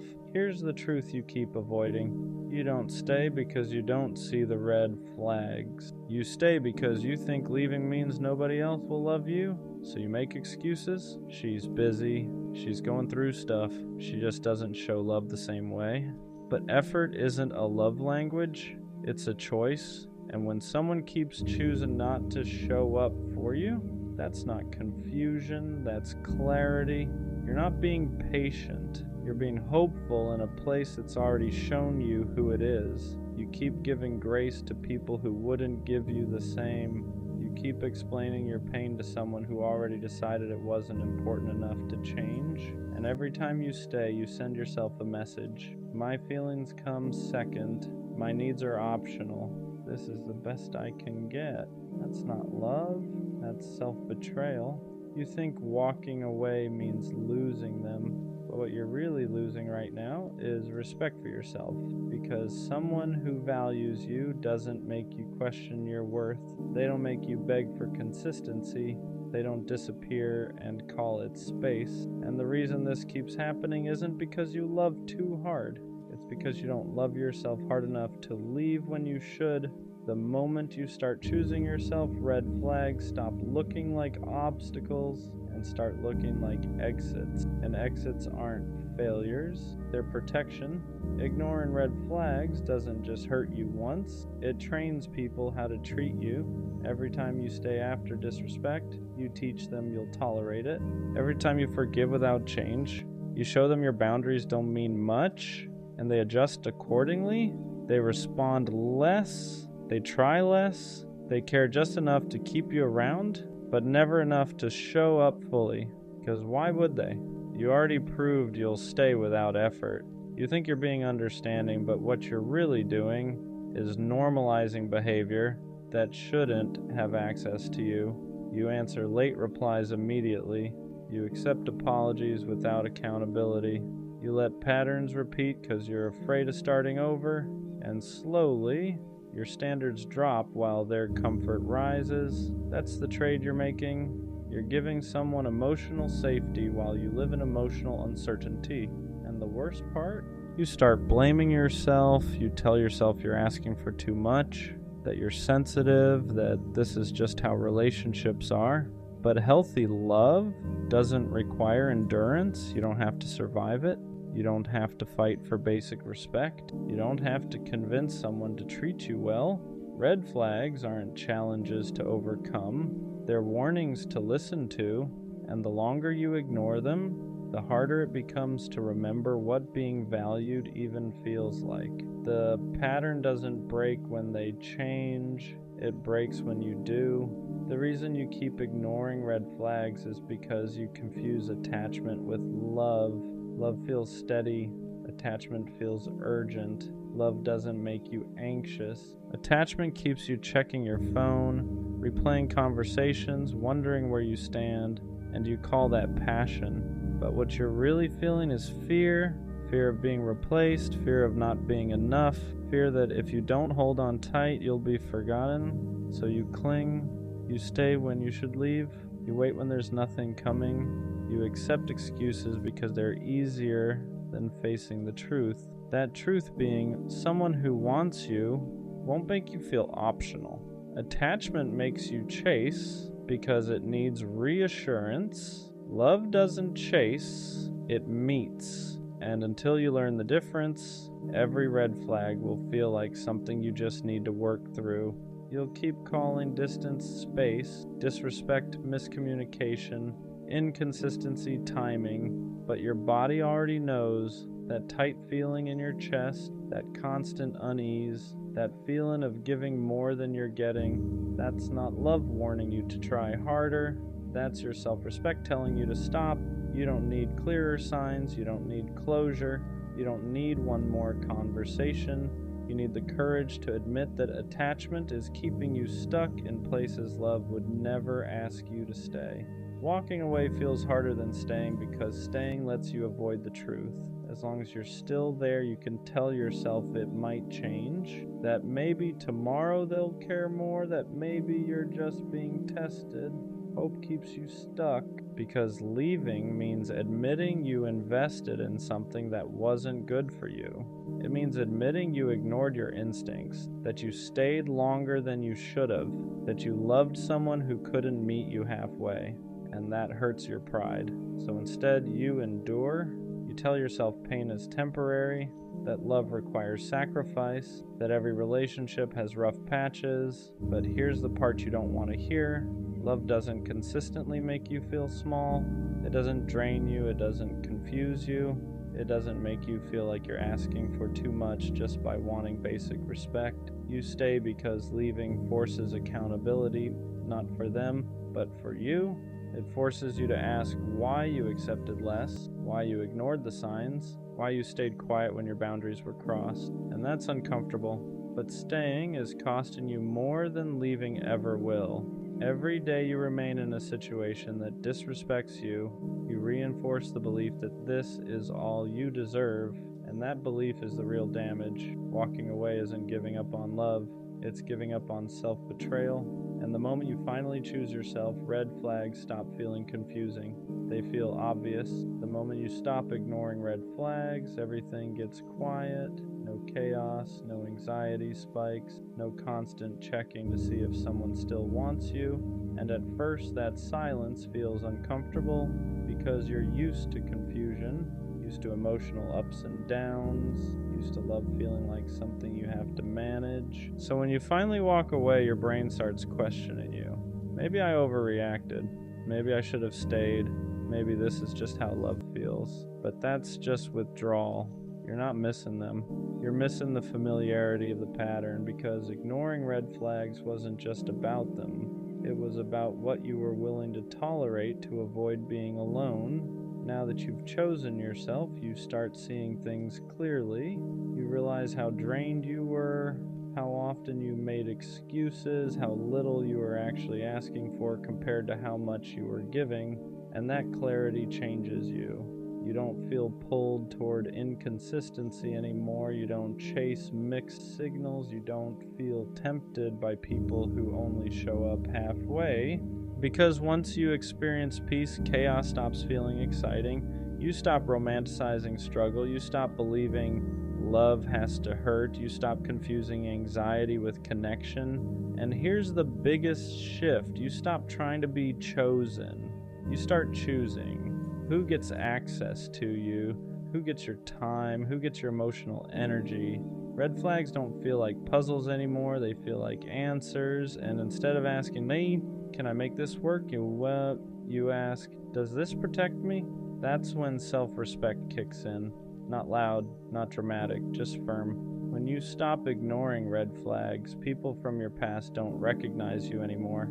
Not because you changed for the worse, but because you stopped being convenient. You don't explain yourself as much. You don't over-justify your boundaries. You don't stay in conversations that feel disrespectful or draining, and that confuses people.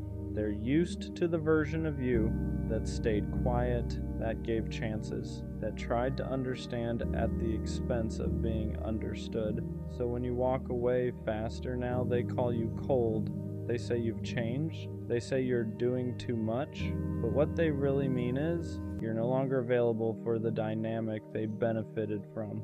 People who thrived on your tolerance don't like your standards. People who were comfortable with your silence don't like your clarity. And that's okay, because growth isn't about being liked, it's about being protected. You're not harsh, you're not bitter, you're not closed off.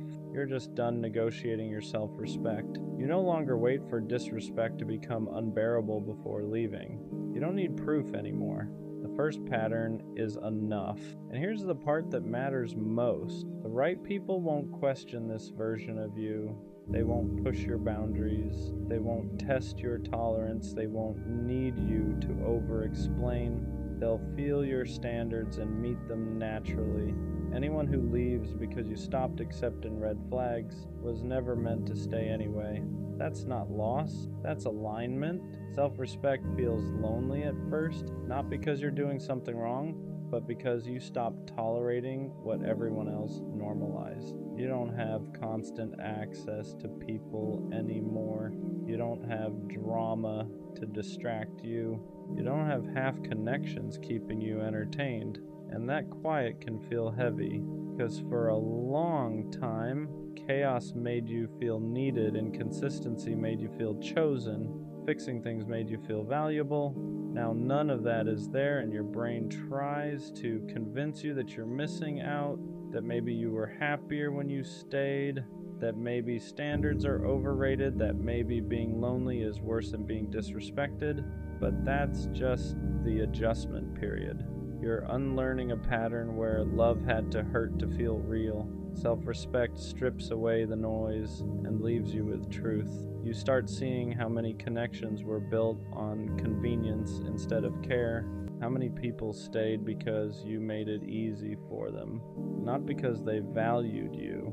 And yes, that realization stings, but it also gives you something you didn't have before. Peace, no guessing, no waiting, no emotional whiplash, just clarity. And from that clarity, your standards get quieter but stronger. You don't announce them, you don't defend them, you just live by them. And anyone who can't meet you there falls away naturally. Loneliness isn't punishment here. It's space to rebuild your sense of worth without someone else validating it. Space to remember who you are when you're not chasing or fixing or proving. And soon, that loneliness turns into confidence. Not loud confidence, stable confidence. The kind that doesn't rush, the kind that doesn't beg, the kind that knows red flags aren't obstacles, they're directions. At some point, you realize something uncomfortable. You don't actually miss them. You miss the version of yourself that kept trying to be enough. You miss the effort you gave, the hope you held on to, the belief that if you just loved harder, things would finally change, because chasing gave you purpose. It made your pain feel meaningful. It made waiting feel justified. It made disappointment feel like part of the process. Now that you've stopped, there's nothing left to fix. And that's when the grief shows up. You grieve the time you spent trying to earn what should have been given freely. You grieve the energy you poured into people who never poured back. You grieve the patience you mistook for love, not because you were foolish, but because you cared. And it hurts to admit that caring didn't save anything. You you start seeing clearly how often you ignored your own voice, how many times your body told you to leave while your heart begged you to stay. You stayed loyal to people who weren't loyal to your peace, and that realization is heavy, because now you can't go back, you can't unsee the patterns, you can't pretend disrespect was accidental, you can't convince yourself that red flags were just misunderstandings. You've outgrown the version of you that survived on hope alone, and while that growth is necessary, it still feels like loss. But here's the truth: you didn't lose something real. You let go of something that only existed because you kept tolerating it. And the more distance you get, the clearer it becomes. What you were missing wasn't love, it was self-respect. Ignoring red flags was never about love, it was about not wanting to choose yourself. Because choosing yourself meant walking away without guarantees, without reassurance, without someone else filling the silence, so you stayed. You told yourself love takes patience, that people need time, that your pain was just part of the process, but deep down, you knew the truth. You weren't staying because it felt right. You were staying because leaving felt terrifying, terrifying to be alone, terrifying to admit you deserved better, terrifying to sit with the idea that you chose someone who couldn't choose you back, though you ignored the signs. Not because you didn't see them, but because seeing them meant action, and action meant accountability. But here's what finally clicks: red flags don't hurt you, ignoring them does. Every time you stayed, you taught yourself that your needs were optional. Every time you excused behavior, you taught yourself that love should be endured. Every time you waited for change, you delayed your own growth. And that cycle doesn't end when someone finally treats you right. It ends when you stop accepting what treats you wrong. Choosing yourself doesn't mean you stop wanting love. It means you stop betraying yourself just to keep it. It means you walk away sooner. You trust discomfort. You listen the first time something feels off. Not because you're cold, but because you're done confusing pain with connection. And once you reach this point, red flags don't feel complicated anymore. They feel clear. You don't argue with them. You don't negotiate with them. You don't try to turn them green. You leave because now you understand something you didn't before. Being alone is temporary, self-betrayal is cumulative, and you're no longer willing to pay that price. That's not bitterness, that's self-respect, and that's where the cycle finally ends. She said I wasn't man enough, and I won't lie, that one stuck, not because I believe it, but because when someone you love questions your masculinity, it hits somewhere deeper than regular criticism. It's not just about behavior, it's identity. It's everything you thought you were doing right suddenly being reframed as weakness. What does man enough even mean?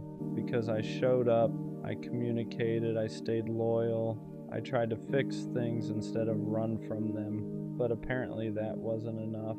Apparently being calm instead of aggressive was a problem. Apparently wanting to talk things through instead of shutting down made me soft. Apparently expressing emotion made me less of a man. And that's when I realized something dangerous. Some people confuse masculinity with dominance. They confuse emotional control with emotional absence. They confuse stability with weakness. And if that's the definition she was using, then maybe I was never supposed to fit it. But still, when she said it, it made me question myself. Because no matter how confident you are, words like that linger. They make you replay moments. They make you wonder if you should have been tougher, colder, less available, less understanding. And that's how toxic standards start reshaping you. Quietly, I started analyzing everything after that. Was I too patient, too willing to compromise, too quick to apologize? Because I thought being a man meant being responsible, being accountable, being emotionally mature. But maybe she wanted something louder, more dominant, more unpredictable, and that's confusing because society tells men two opposite things. Be strong, but don't be cold. Be vulnerable, but don't be weak. Lead, but don't control. And somehow you're supposed to balance all of it perfectly. So when she said I wasn't man enough, I started wondering, Was I too emotionally available? Was I too steady? Was I not exciting enough? But here's the truth that took me time to accept. Being consistent doesn't make you less of a man. Being calm doesn't make you less masculine. Being emotionally intelligent doesn't make you weak. It makes you evolved, and not everyone is comfortable with evolved. Some people are used to chaos, used to intensity, used to men who are hard to access emotionally. So when they meet someone who communicates clearly and stands firm without yelling, it feels unfamiliar. And unfamiliar can feel unmanly to someone who's been conditioned differently, but that's not my problem to fix. The deeper issue wasn't her words. It was what they tried to take from me, my confidence, because when someone attacks your masculinity, they're attacking your foundation. They're saying you're not enough as you are, and that's heavy. But here's what I had to learn. Being man enough means being emotionally unavailable. If it means suppressing how I feel, if it means pretending I don't care, if it means dominating instead of communicating, then I don't want that version of masculinity, because strength isn't loud. It's controlled, it's stable, it's secure enough to not overreact. It's confident enough to not prove itself constantly. And maybe she mistook calm for weak. Maybe she mistook kindness for softness. Maybe she mistook emotional awareness for insecurity. But that doesn't redefine me, it just shows what she was used to. What hurt the most wasn't that she left, it was that she framed it like I lacked something, like I needed to become more, like I needed to step up into some undefined standard. But love isn't about becoming someone else to fit someone's idea of masculinity. It's about alignment. If she needed someone louder, more dominant, more emotionally distant, that's preference, not proof that I wasn't enough. Wasn't. Because being man enough shouldn't mean performing toughness. It should mean integrity, leadership, emotional control, responsibility. And I had all of that, just not in a way that matched her expectations, and that's okay. I realized something important after sitting with it. The right woman won't question your masculinity. She'll feel safe in it. She won't need you to be aggressive to feel protected. She won't need you to be emotionally shut down to feel secure. She won't test your dominance to measure your worth. She'll recognize strength in stability. She'll see leadership in accountability. She'll see masculinity in consistency, because real masculinity isn't about intimidation. It's about presence. It's about knowing who you are without needing to prove it constantly. And here's the part nobody talks about. Sometimes when someone says you're not man enough, what they really mean is you're not toxic enough for what I'm used to. Because chaos feels passionate to some people, silence feels strong to some people, emotional distance feels masculine to some people, but healthy masculinity feels boring if you're addicted to instability. And that's not an insult, it's reality. Some people equate unpredictability with strength, and when they meet steadiness, they don't know what to do with it. I had to ask myself something hard. Was I actually lacking, or was I just not performing? Because there's a difference. Lacking means I don't possess something. Performing means I'm pretending to, and I refuse to perform masculinity for approval. I refuse to become colder just to seem stronger.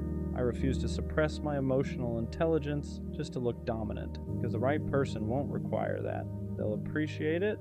If anything, being called not man enough forced me to define what that means for myself. To me, being a man means standing on your word, protecting without controlling, communicating without yelling, being emotionally disciplined, owning your mistakes, leading with stability, and I did all of that.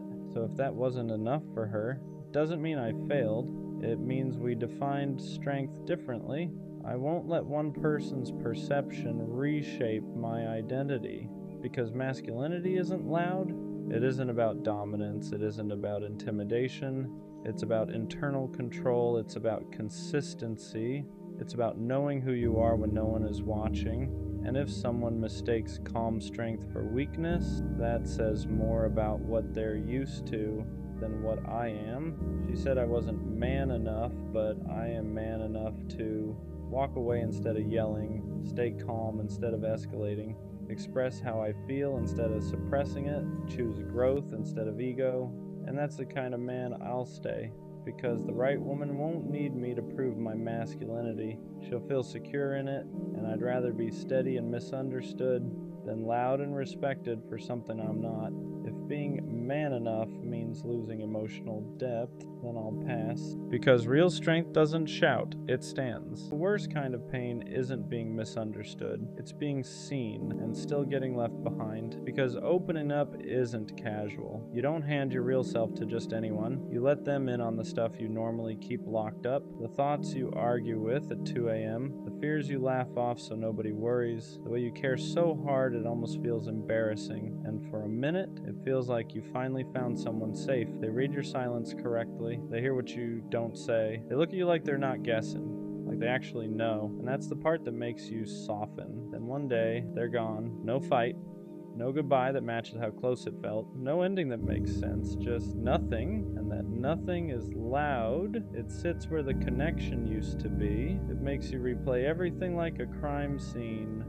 What did I do? Was I too much? Did I share too early? Should I have stayed guarded? But listen, if someone leaves after you showed them the real you, that doesn't mean you were wrong for being real. It doesn't mean your depth is a problem. It just means they weren't prepared for what they asked to see. Being open isn't the mistake. The mistake is thinking you should shrink so people won't run. Because the right people don't disappear when they understand you. They get closer. After they leave, the silence doesn't feel empty. It feels heavy because now you're not just missing them, you're missing the version of yourself you were when you felt understood. You replay everything, not because you're obsessed, but because your brain is trying to make sense of something that never got an ending. You think about the way they listened, the way they noticed things nobody else did, the way you didn't have to explain yourself all the time, and now they're gone, so your mind starts filling in the gaps. You assume it must have been something you said, something you revealed too early, something you should have kept to yourself. That's how loss works when there's no closure. Your brain turns inward and starts pointing fingers. You don't just lose the person, you lose trust in your own judgment. You start telling yourself, yeah, next time don't say so much. Next time don't get attached. Next time stay surface level. And slowly, without realizing it,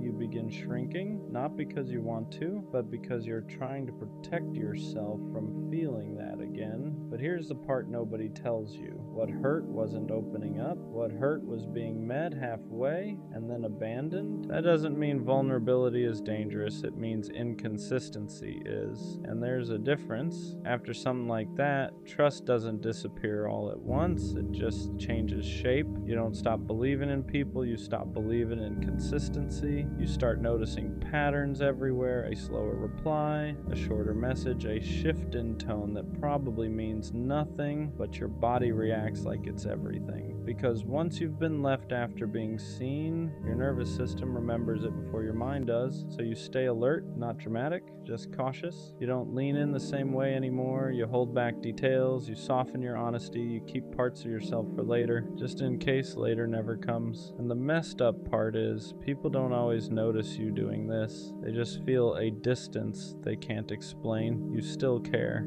You're still present, but there's a layer of protection now, like glass between you and them, and you hate that because you remember how it felt before, how natural it was to let someone know you, how easy it felt to just exist without guarding every word. Now every connection feels like a risk assessment. This safe? Will they stay? Am I getting too close again? You don't ask these questions out loud, you just feel them, and slowly you start mistaking caution for growth. You tell yourself you're being mature, when really you're just afraid of reliving the same ending. But here's the truth. Trust didn't break because you opened up. It broke because someone showed you intimacy without responsibility, and that's not your fault. After being left like that, most people learn the wrong lesson. They think the problem was caring too much. They think the solution is to care less, so they start editing themselves. They become easier, quieter, less honest, less intense. They tell themselves, next time don't go so deep, next time don't show everything, next time stay in control. But all that really does is teach you how to survive connection, not how to experience it. You don't stop wanting closeness. You just start rationing it. You give people pieces instead of presence, versions instead of truth, highlights instead of depth, and then you wonder why connections feel empty now, why conversations don't hit the same, why nobody really knows you anymore, why being around people still feels lonely. It's because you didn't heal. You adapted. You learned how to avoid pain, not how to build something real again. And here's the hard truth. If someone can only stay when you're small, they were never meant to know you fully. Shrinking yourself doesn't protect you. It just delays the same outcome. Because the people who leave when you're honest would have left eventually anyway. All hiding does is make you lose yourself before they're even gone. At some point, you have to unlearn the lie that your depth is what pushed them away. Because if depth were the problem, it would hurt everyone the same. But it doesn't. Some people lean into it, others panic. And the difference has nothing to do with you. Depth only feels overwhelming to people who haven't met themselves yet. To someone who avoids their own emotions, your honesty feels like pressure, your awareness feels like exposure, your care feels like responsibility. So they leave. Not because you were too much, but because staying would have required them to show up in ways they weren't ready for. And that's important to understand. You weren't asking for perfection. You weren't asking for forever. You were just asking for presence, consistency, communication, effort that matched the closeness they accepted. That's not intensity, that's basic emotional accountability. But when someone isn't capable of that, they label it as too deep because it's easier than admitting they don't know how to stay. So no, your depth wasn't the problem. The problem was inviting someone into a space they didn't know how to hold. And that doesn't mean you should become lighter. It means you should become more selective. After something like this, a lot of people start punishing themselves without realizing it. They replay the moment over and over, looking for where they went wrong. They tell themselves, I should have seen it coming, I should have known better, I should have protected myself. But that's not growth, that's blame dressed up as reflection. You didn't fail by trusting, you didn't mess up by being open, you didn't lose because you cared, you just encountered someone who could only meet you halfway. And instead of letting that truth land, you turned it inward. You started questioning your instincts, your emotions, your ability to choose people. That's how one loss turns into self-doubt. You don't just grieve the person, you grieve your confidence in yourself, and slowly you start believing that maybe you're bad at choosing, that maybe your judgment can't be trusted. But here's what matters. You didn't misjudge their potential. You misjudge their capacity? Those are not the same thing. Someone can see you, feel close to you, even care about you, and still not be capable of staying. That doesn't mean your instincts are broken. It means you gave someone access before you saw their limits clearly. That's not something to punish yourself for. That's something to learn from without hardening, because the goal isn't to trust less, it's to trust wiser. Opening up again after something like that feels risky, not because you don't want connection, but because you don't want to disappear inside it. You move slower this time, not closed, just intentional. You stop rushing closeness. You let consistency show itself before attachment does. You watch how someone handles honesty, not just how they respond to it, because being open doesn't mean being available to everyone. It means choosing who earns access. You learn that real safety isn't instant chemistry. It's follow-through. It's effort that doesn't fade when things get quiet. It's someone staying curious instead of pulling away. And you stop over-explaining yourself. You don't justify your needs. You don't apologize for caring. You don't chase clarity from people who disappear. Instead of communicate, that's not walls, that's boundaries. You realize you don't need to prove your depth anymore. The right people recognize it without being overwhelmed. And for the first time, opening up doesn't feel like self-abandonment. It feels like alignment. You're still honest, still real, still deep, just no longer handing your heart to people who haven't shown they can hold it. At the end of all this, you start to understand something important. The people who stay don't make you feel confused. They don't disappear when things get real. They don't make you guess where you stand. They don't make you question whether being yourself was a mistake. They stay because they see you, not in spite of it. They don't flinch at your depth. They don't rush you to be easier. They don't treat your honesty like a burden. They meet you with steadiness, not perfection. Not constant intensity, just consistency, and that's how you know. Because real connection doesn't feel like walking on glass. It doesn't make you anxious after silence. It doesn't leave you replaying everything you said. It feels calm, grounded, safe in a way that doesn't need explaining. You stop wondering if you're too much. You stop preparing yourself for disappearance. You stop shrinking to be kept. And you realize something quietly powerful. The people who left weren't proof that you were hard to love. They were proof that you were inviting people into a depth they hadn't earned yet. And that's not something to regret, because being seen was never a mistake. Being honest was never a flaw. Caring deeply was never the wrong move. The right people won't vanish once they understand you. They'll stay because of it. The worst kind of pain isn't being misunderstood. It's being seen and still getting left behind. Because opening up isn't casual. You don't hand your real self to just anyone. You let them in on the stuff you normally keep locked up, the thoughts you argue with at 2 a.m., the fears you laugh off so nobody worries, the way you care so hard it almost feels embarrassing, and for a minute it feels like you finally found someone safe. They read your silence correctly. They hear what you don't say. They look at you like they're not guessing, like they actually know. And that's the part that makes you soften. Then one day, they're gone. No fight, no goodbye that matches how close it felt. No ending that makes sense, just nothing. And that nothing is loud. It sits where the connection used to be. It makes you replay everything like a crime scene. What did I do? Was I too much? Did I share too early? Should I have stayed guarded? But listen, if someone leaves after you showed them the real you, that doesn't mean you were wrong for being real. It doesn't mean your depth is a problem. It just means they weren't prepared for what they asked to see. Being open isn't the mistake. The mistake is thinking you should shrink so people won't run.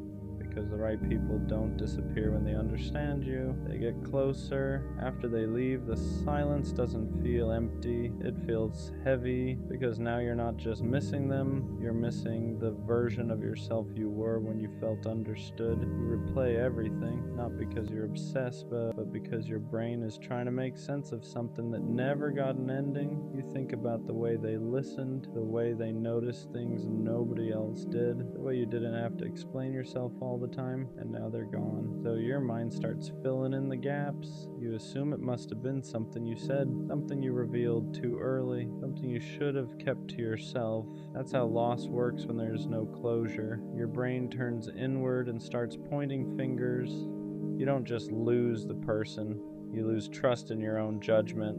You start telling yourself, next time, don't say so much. Next time, don't get attached. Next time, stay surface level. And slowly, without realizing it, you begin shrinking. Not because you want to, but because you're trying to protect yourself from feeling that again. But here's the part nobody tells you. What hurt wasn't opening up. What hurt was being met halfway and then abandoned. That doesn't mean vulnerability is dangerous. It means inconsistency is. And there's a difference. After something like that, trust doesn't disappear all at once. It just changes shape. You don't stop believing in people. You stop believing in consistency. You start noticing patterns everywhere. A slower reply, a shorter message, a shift in tone that probably means nothing, but your body reacts like it's everything, because once you've been left after being seen, your nervous system remembers it before your mind does. So you stay alert, not dramatic, just cautious.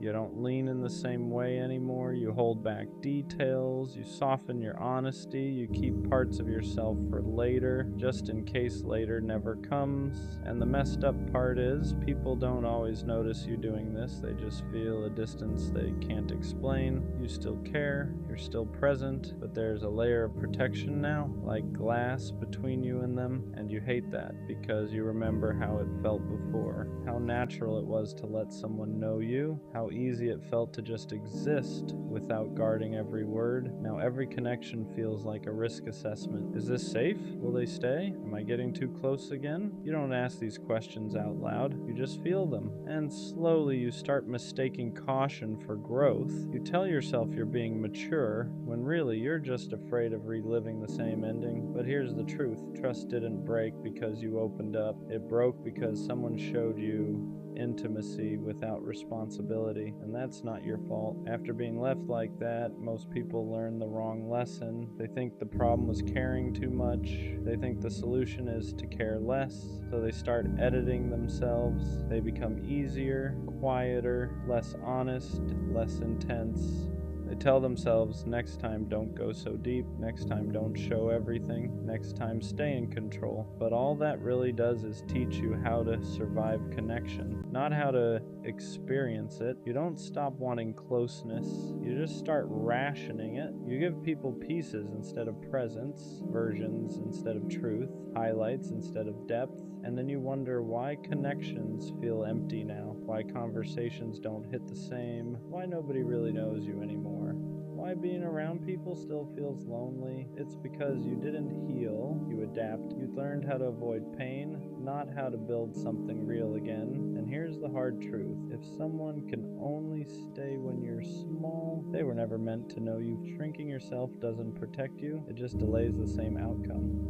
Because the people who leave when you're honest would have left eventually anyway. All hiding does is make you lose yourself before they're even gone. At some point, you have to unlearn the lie that your depth is what pushed them away. Because if depth were the problem, it would hurt everyone the same, but it doesn't. Some people lean into it, others panic, and the difference has nothing to do with you. Depth only feels overwhelming to people who haven't met themselves yet, to someone who avoids their own emotions. Your honesty feels like pressure. Your awareness feels like exposure. Your care feels like responsibility. So they leave, not because you were too much, but because staying would have required them to show up in ways they weren't ready for. And that's important to understand. You weren't asking for perfection. You weren't asking for forever.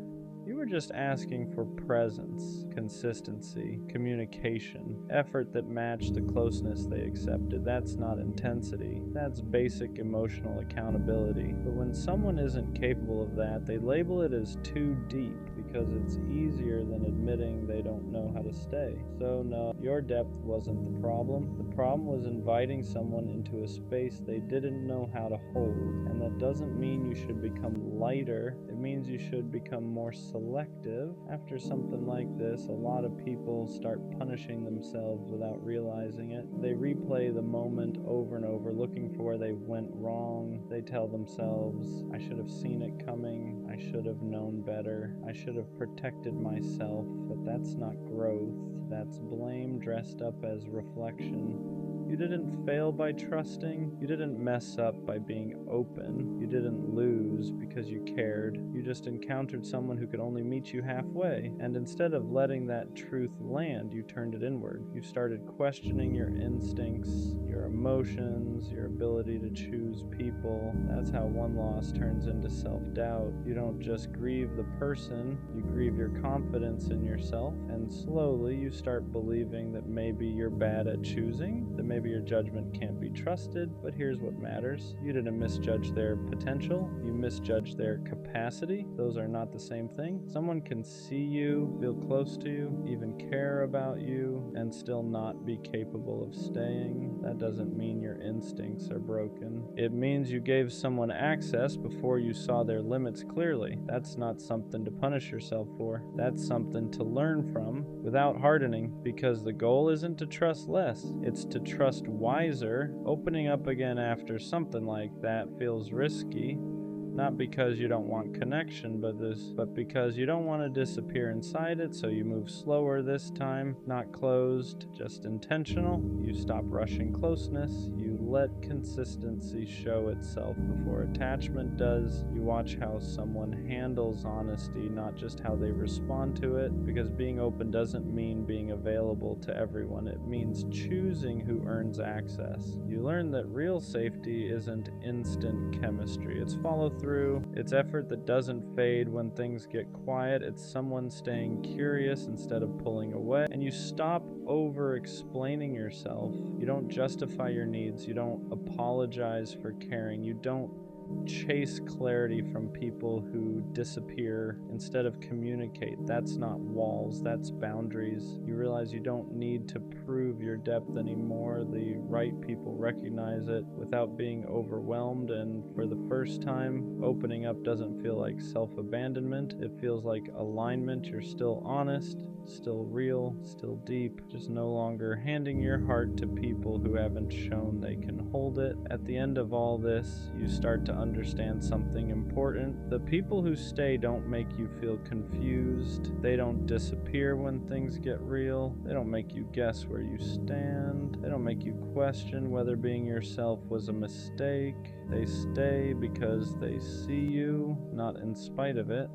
They don't flinch at your depth. They don't rush you to be easier. They don't treat your honesty like a burden. They meet you with steadiness, not perfection, not constant intensity, just consistency. And that's how you know.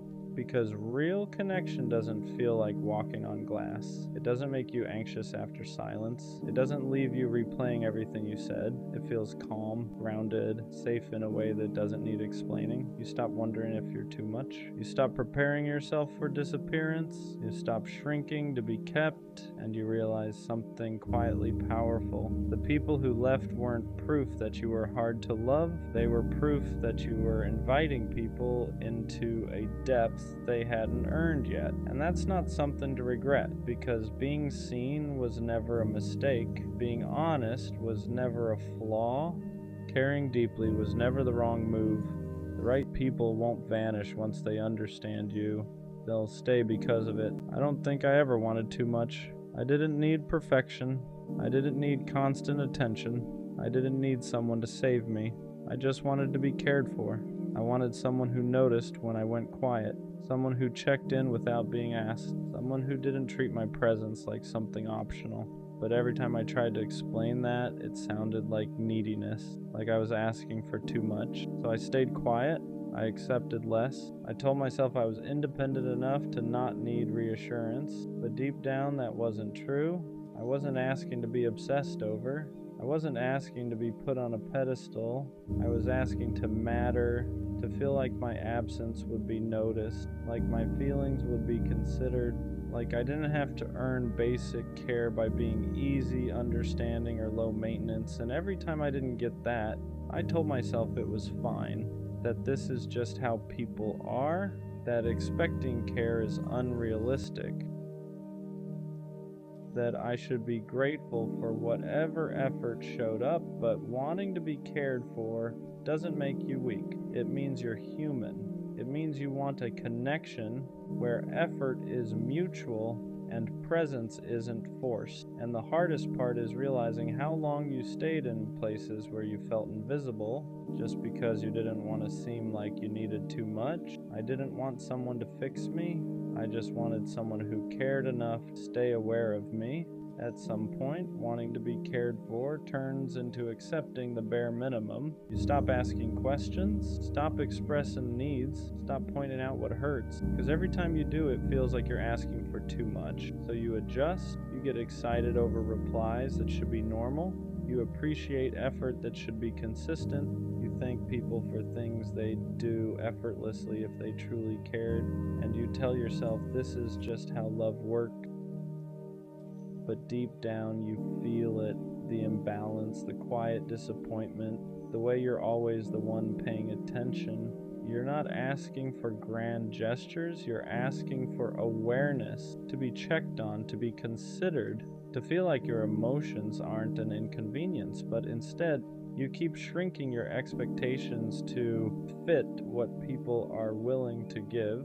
You call it being low maintenance, being understanding, being independent, when really you're just afraid that if you ask for more, you'll lose what little you have. And that's the part that hurts, because you don't want more love, you just want the love that's already there to show up consistently. You don't want to beg for care, you want it to be natural. And the longer you settle, the more you start questioning yourself. Am I too sensitive? Am I needy? Am I wrong for wanting this? But wanting to be cared for was never the problem. Staying where you're barely noticed is. Pretending you don't need care slowly disconnects you from yourself.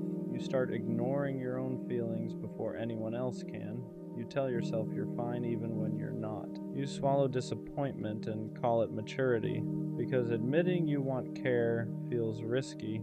It feels like giving someone power to decide whether you're too much, so you choose silence instead. You become the easy one, the understanding one, the one who doesn't ask for reassurance or consistency or emotional presence. And people like that version of you because it asks for nothing, but inside something starts to dull. You feel lonely even when you're not alone. You feel unseen even when someone's there. You start questioning whether your needs are even valid anymore. That's when you know you've gone too far. Not by wanting care, but by convincing yourself you don't deserve it.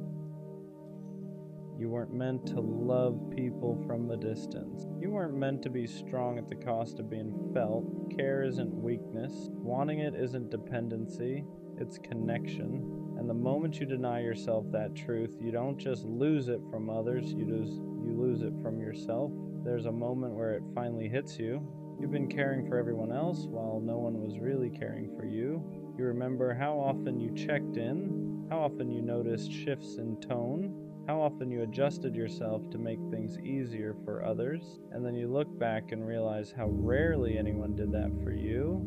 No one asked if you were okay when you went quiet. No one noticed when your energy changed. No one slowed down enough to really see you. And that realization hurts in a quiet, heavy way, because you weren't asking for perfection. You weren't asking to be prioritized above everything. You were asking for reciprocity. To feel like your presence mattered as much as you made theirs matter. That's when the exhaustion sets in. Not physical tiredness, emotional fatigue. The kind that comes from always being the one who cares first, who understands more, who gives grace even when it costs you. You start wondering how you became so good at holding space for people who never learned how to hold it for you. And the truth is uncomfortable. You taught them it was okay to lean on you without leaning back, to receive care without returning it, not because you wanted imbalance, but because you didn't want to feel abandoned. And realizing that is both painful and clarifying, because it shows you something important. You weren't asking for too much, you were just asking it from the wrong people. That realization changes how you choose people. You stop being impressed by words. You stop getting attached to potential. You stop mistaking attention for care, because now you know the difference. Care looks like consistency. It looks like remembering. It looks like showing up even when it's not convenient. So you start paying attention to who checks in without being prompted, who notices when you're off, who doesn't make you explain why you need what you need. And at first that makes your circle smaller. You walk away from people you once would have stayed for. You stop overextending. You stop being the only one holding things together. Not because you don't care anymore, but because you finally care about yourself too. You don't chase care now. You don't hint at it. You don't downplay your needs to make someone comfortable. You let people show you how they show up. And if they don't, you don't argue with it. You don't try to teach them how to care.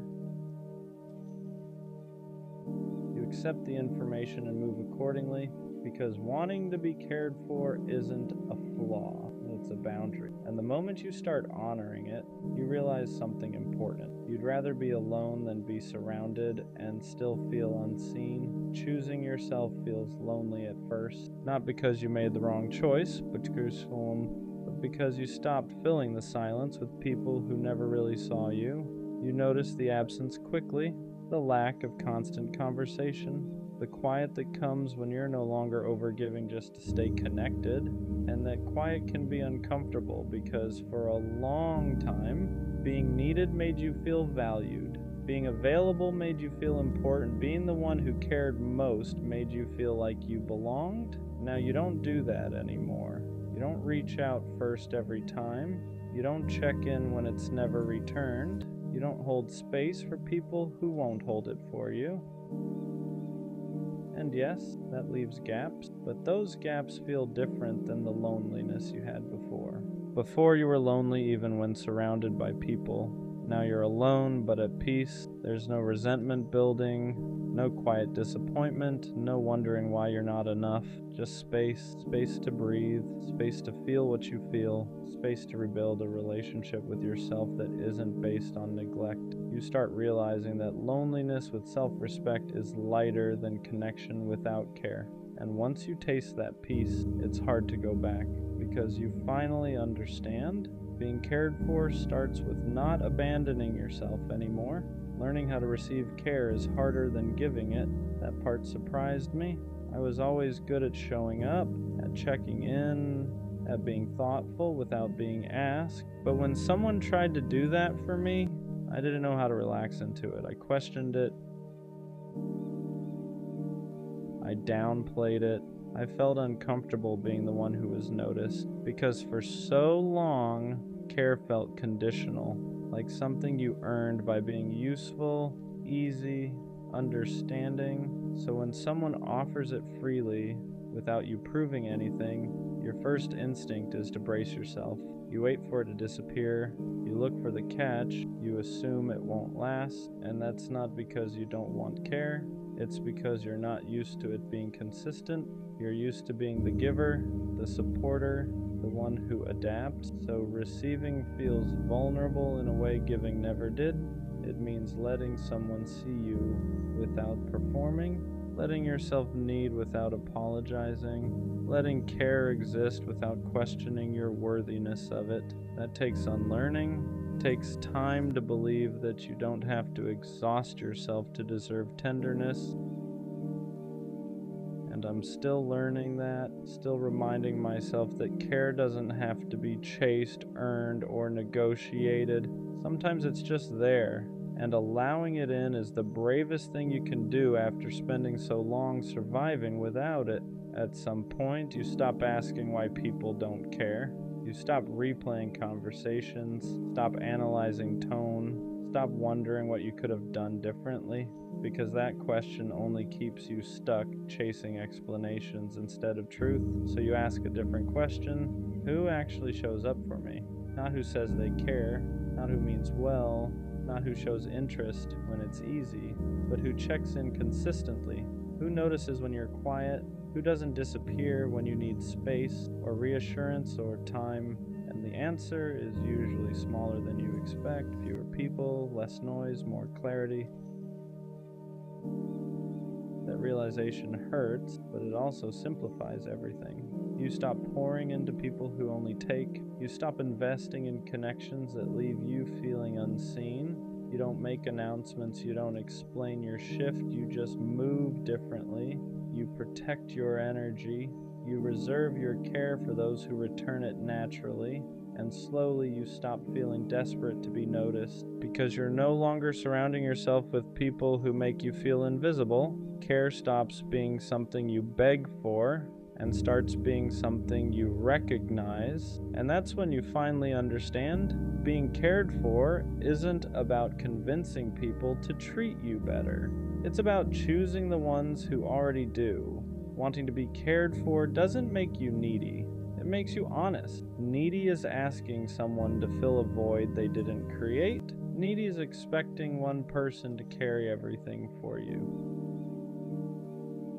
But wanting care, that's wanting reciprocity. That's wanting your effort to be met, your presence to be valued, your emotions to be considered.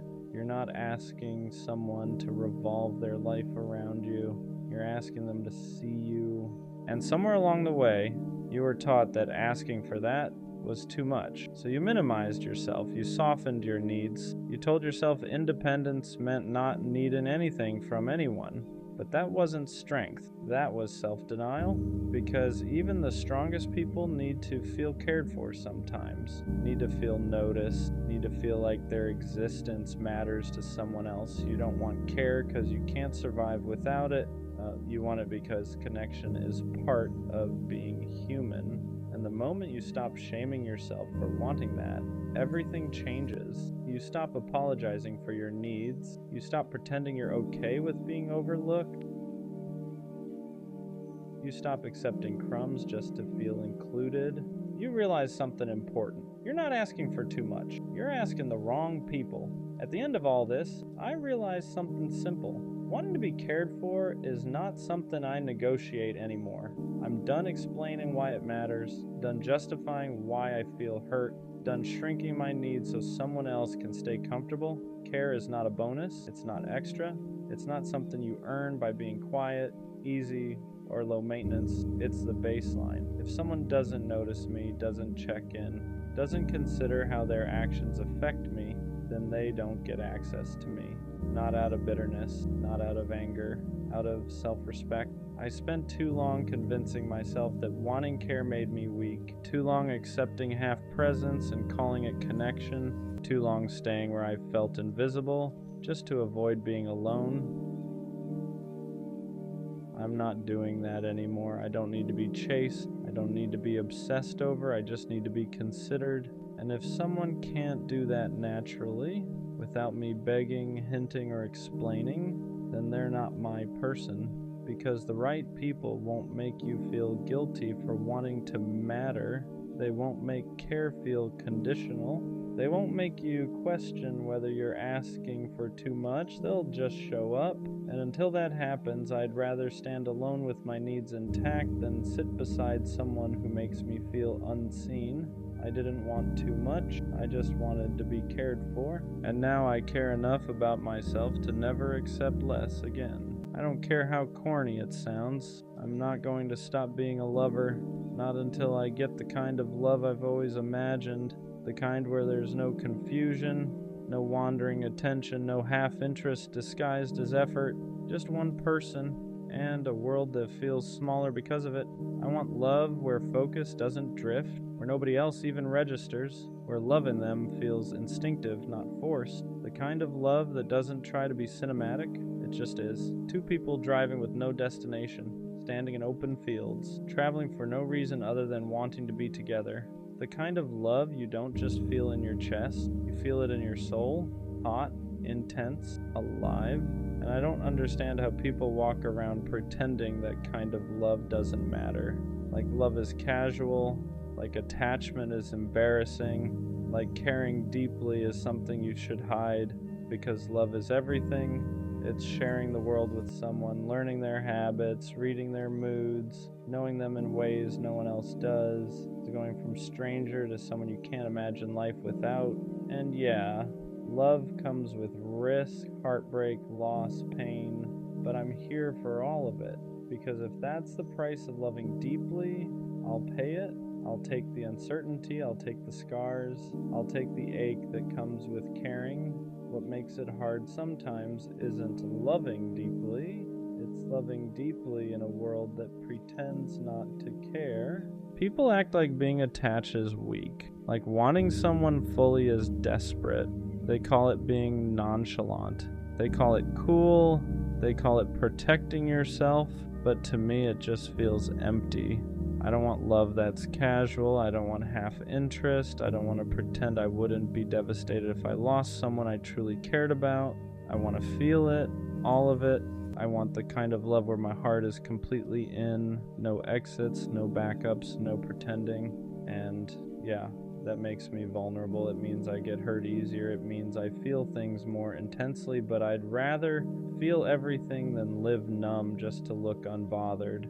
Because loving deeply isn't weakness, it's courage. It takes guts to say, I want you fully.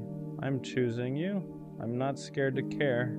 And maybe that's why it feels lonely sometimes, because not everyone is built to love like that. Some people close their hearts after pain, others keep theirs open. not because they're naive, but because they refuse to let disappointment turn them cold. You don't love deeply because it's easy. You love deeply because it's who you are, and even when it costs you, you'd still rather feel everything than live a life that feels hollow. You already know how this can end. You know love can break you. You know it can leave scars. You know it can take pieces you don't get back, and still, you choose it. Not because you're reckless, not because you're desperate, but because a life without love feels smaller than a life with heartbreak. You're not chasing perfection, you're chasing connection. The kind that makes ordinary moments feel alive, the kind that makes the world feel louder and quieter at the same time. And once you've felt even a glimpse of that, you can't pretend you don't want it anymore. So yeah, you risk it again, you open your heart again, you believe again, not because you forgot the pain, but because you decided it wasn't stronger than your capacity to love. Being a lover boy doesn't mean you ignore reality, it means you face it and still choose love anyway. You're not asking for perfection, you're asking for presence, for a love that feels mutual, chosen, clear, and wanting that doesn't make you unrealistic, it makes you honest, because once you know how deeply you can love, you stop settling for anything that asks you to dim that fire. So, no, the lover boy in you isn't dying, he's just waiting. And when the right love finally arrives, he'll be ready. What people don't realize is how much strength it takes to stay soft in a world that rewards detachment. It's easier to act unbothered, easier to keep things light, easier to pretend you don't care that much, but you were never built that way. You don't love halfway, you don't feel quietly. When you care, it shows in your effort, in your loyalty, and how present you are. And that's exactly what people try to shame out of you. They tell you you're too much, too attached, too intense. Like love is something you're supposed to ration. So sometimes you wonder if you should change, if caring less would protect you, if closing off would finally make things easier. But every time you try, it feels wrong, because pretending not to care cost you more than heartbreak ever did. You don't want to love where you're constantly monitoring yourself, where you have to downplay your feelings to seem cool. You want to love where effort isn't embarrassing, where loyalty isn't laughed at, where wanting someone fully isn't treated like a flaw. And yes, that kind of love is rare, not because it doesn't exist, but because not everyone has the capacity for it. Some people love with caution, some love with conditions, some love with one foot out the door. You love with your whole chest, and that means when it ends, it hurts differently. You don't just lose a person, you lose the future you already pictured, the version of yourself that only existed with them. But even after that pain, you don't harden, you don't turn cold, you don't become bitter, you grieve, and then you stay open. Not because you're naive, but because you understand something others don't. Love isn't dangerous, avoidance is. A life spent protecting yourself from ever being hurt is a life spent never being fully alive. So you keep choosing love, even when it costs you, even when it scares you. Because being a lover was never about guarantees, it was about courage. And no matter how many times the world tells you to be smaller, to care less, to guard your heart, you don't. Because the lover boy in you knows one truth: a heart that can love deeply is never something to be ashamed of. People who love like you often feel out of place, not because there's something wrong with them, but because the world isn't built for hearts that don't know how to love halfway. You walk into spaces where everyone is guarding themselves, where effort is calculated, where caring too much is treated like a mistake you should have learned from by now. And you can feel it, the hesitation, the emotional distance, the way people keep one foot out the door just in case. Meanwhile, you're standing there ready to choose someone fully if they'd just meet you halfway. That contrast can feel isolating. You start wondering if you're outdated, if your way of loving belongs to another time, another kind of world, because it feels like everyone else is playing it safe while you're still willing to risk your heart, and that makes you stand out. Not loudly, but but deeply. You don't bond casually, you don't talk just to fill silence. When you connect, you notice things others miss, you remember details people forget, you show up in ways that don't disappear easily, and that kind of presence can be uncomfortable for people who aren't ready to be seen that closely. So they pull back, they joke about you caring too much, they call your intensity a lot, not because it is, but because they don't know how to match it. That's the part that hurts, realizing you're not too much, you're just too deep for people who only know how to skim the surface. You don't want love that feels convenient, you want love that feels intentional. You don't want someone who chooses you when it's easy. You want someone who chooses you because they mean it. And yeah, that narrows the field. It means you'll feel alone sometimes. It means you'll walk away more than you stay. It means you won't fit everywhere. But fitting everywhere was never the goal. The longing was. The lover boy in you isn't broken because he doesn't blend in. He just hasn't found the place where his kind of love is spoken fluently. And when he does, it won't feel like standing out anymore. It'll feel like coming home. Loving this deeply almost always comes with loneliness first. Not because you're doing something wrong, but because alignment takes time. When you love with your whole heart, you don't rush into anything just to feel chosen. You don't settle for attention that fades. You don't accept half presence just to avoid being alone. And that means there are stretches where it feels like everyone else has someone and you don't. You watch people pair up quickly, jump from connection to connection, call it love because it fills the space, and sometimes you wonder if you're being too patient, too selective, too unwilling to compromise. But deep down, you know the truth. You're not afraid of being alone. You're afraid of being half-loved. You don't want a relationship that feels like constant self-editing, where you have to mute your feelings, where your intensity is treated like a problem instead of a gift. So you wait, not passively, intentionally. You keep your heart open, but your standards intact. And that's the lonely part no one talks about. Choosing alignment over company, choosing depth over distraction, choosing to sit with the emptiness rather than fill it with something that won't last. Some nights it feels heavy. You question whether it's worth it, whether anyone will ever meet you at the level you're willing to love. But then you remember something important. The love you want can't be rushed. It needs two people who aren't scared of closeness, who don't joke about vulnerability, who don't treat commitment like a trap. And until that shows up, being alone is still safer than shrinking yourself. The lover boy in you isn't lonely because he's lacking. He's lonely because he's waiting for something real. And real love doesn't arrive loudly. It arrives aligned. The lover boy gets misunderstood a lot. People look at the way you love and assume it comes from neediness, from insecurity, from not knowing how to be alone. But that's never been true. You don't love deeply because you're afraid of being by yourself. You love deeply because you know how to be alone and still choose connection. There's a difference. You're not reaching for someone to fill a void. You're reaching because you want to share a life you already know how to carry on your own.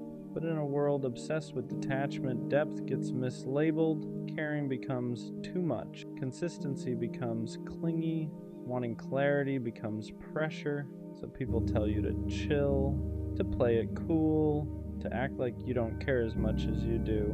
And for a while you try. You soften your words, you hold back your feelings, you pretend you're less invested than your heart actually is. But it never feels right. Because loving quietly when you feel loudly starts to feel like lying to yourself. You don't want to be mysterious. You don't want to be distant. You don't want to be someone who treats love like a game of leverage. You want honesty. You want effort that isn't embarrassing. Commitment that isn't mocked. Connection that doesn't require you to minimize who you are. And the truth is, people who can't handle that were never going to meet you where you stand anyway. They confuse emotional availability with weakness because they've never felt safe enough to offer it themselves. So they pull away, they joke, they keep things light, not because you're too much, but because your depth asks them to be real. And not everyone is ready for that. The lover boy isn't misunderstood because he loves wrong. He's misunderstood because he loves honestly in a world that prefers control. And one day, someone won't ask you to tone it down. They won't call your care extra.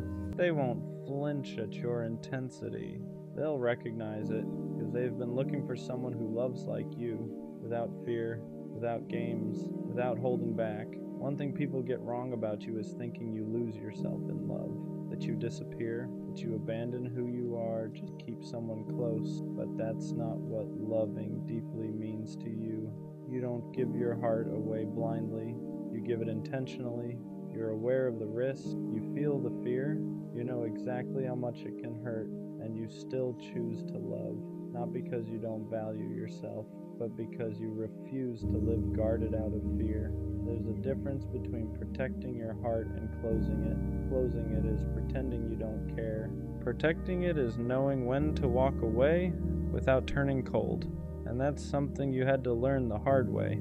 You've loved people who couldn't meet you emotionally, who enjoyed your warmth but never offered shelter in return. And each time you didn't lose your softness, you refined it. You learned to notice effort, to listen to consistency, to believe actions more than potential. You learned that loving deeply doesn't mean tolerating confusion. It doesn't mean waiting forever. It doesn't mean accepting less than what you give. So now you love with boundaries, not walls, boundaries. You stay open, but you don't stay where you feel unseen. You express yourself, but you don't beg to be understood. You give fully, but only where there's room for you. That's growth. The lover boy in you didn't harden, he matured. He learned that protecting his heart doesn't mean dimming his light. It means choosing spaces where that light is welcomed. And that's why when you love again, it won't consume you. It'll expand you. Because this time you won't confuse intensity with imbalance. You'll recognize the difference between passion and peace. At some point, you stop mistaking chaos for passion. You stop thinking intensity means confusion. You stop believing love has to feel unstable to feel real. That shift doesn't happen overnight. It comes after loving people who kept you guessing, after giving effort that wasn't matched, after realizing how tired you were from loving alone in a two-person connection. Because for a long time, you thought love was supposed to feel urgent, heavy, like something you had to fight for. But real reciprocity feels different. It doesn't spike your anxiety. It doesn't make you question your place. It doesn't leave you replaying conversations or wondering if you asked for too much. Mutual love feels calm, not boring, steady. It feels like someone meeting your effort without keeping score, like someone choosing you without needing to be convinced. And at first, that kind of love almost feels unfamiliar because you're used to proving yourself, used to earning attention, used to being the one who cares more. So when someone shows up consistently, communicates clearly, and doesn't flinch at your depth, your body has to unlearn the chaos. You have to remind yourself that peace doesn't mean lack of passion. It means safety. You don't feel smaller around them. You don't feel like you're too much. You don't feel like you need to dim anything. Your intensity doesn't scare them. It reassures them. And that's when it clicks. Love was never supposed to feel like survival. It was supposed to feel like partnership. The lover boy doesn't stop loving deeply. He just stops loving unevenly. He stops pouring into places that don't pour back. He stops calling inconsistency timing, stops calling confusion chemistry, stops calling bare minimum effort. Because once you've tasted reciprocity, you can't go back. You can't unfeel what it's like to be met where you stand. And that's when loving deeply finally feels light. Loving deeply doesn't disappear. It just becomes selective. After everything you've felt, everything you've learned, you don't stop wanting connection. You stop giving it away too easily. You don't rush anymore, not because you're guarded, but because you understand your capacity. You know how much you give, how present you are, how deeply you attach, and you're careful about where that kind of love lands. That doesn't mean you're closed off. It means you're intentional. You don't entertain mixed signals. You don't romanticize inconsistency. You don't chase potential while ignoring reality. You pay attention now to effort, to follow through, to how someone shows up when things are calm, not just when things are exciting. Because you've learned that real love isn't proven in intensity alone. It's proven in consistency, and the people who are right for you won't be intimidated by that. They won't feel pressured by your depth. They won't joke about you caring too much. They won't need you to shrink to make them comfortable. They'll respect the way you love because they love the same way. That's the shift. You're not asking for more than before. You're just no longer accepting less. You still want closeness, still want loyalty, still want that kind of connection where the world feels quieter because someone chose you fully. But now you're patient with people, not with uncertainty. You're open to love, not to confusion. And that's how the lover boy grows. Not into someone colder, but into someone clearer.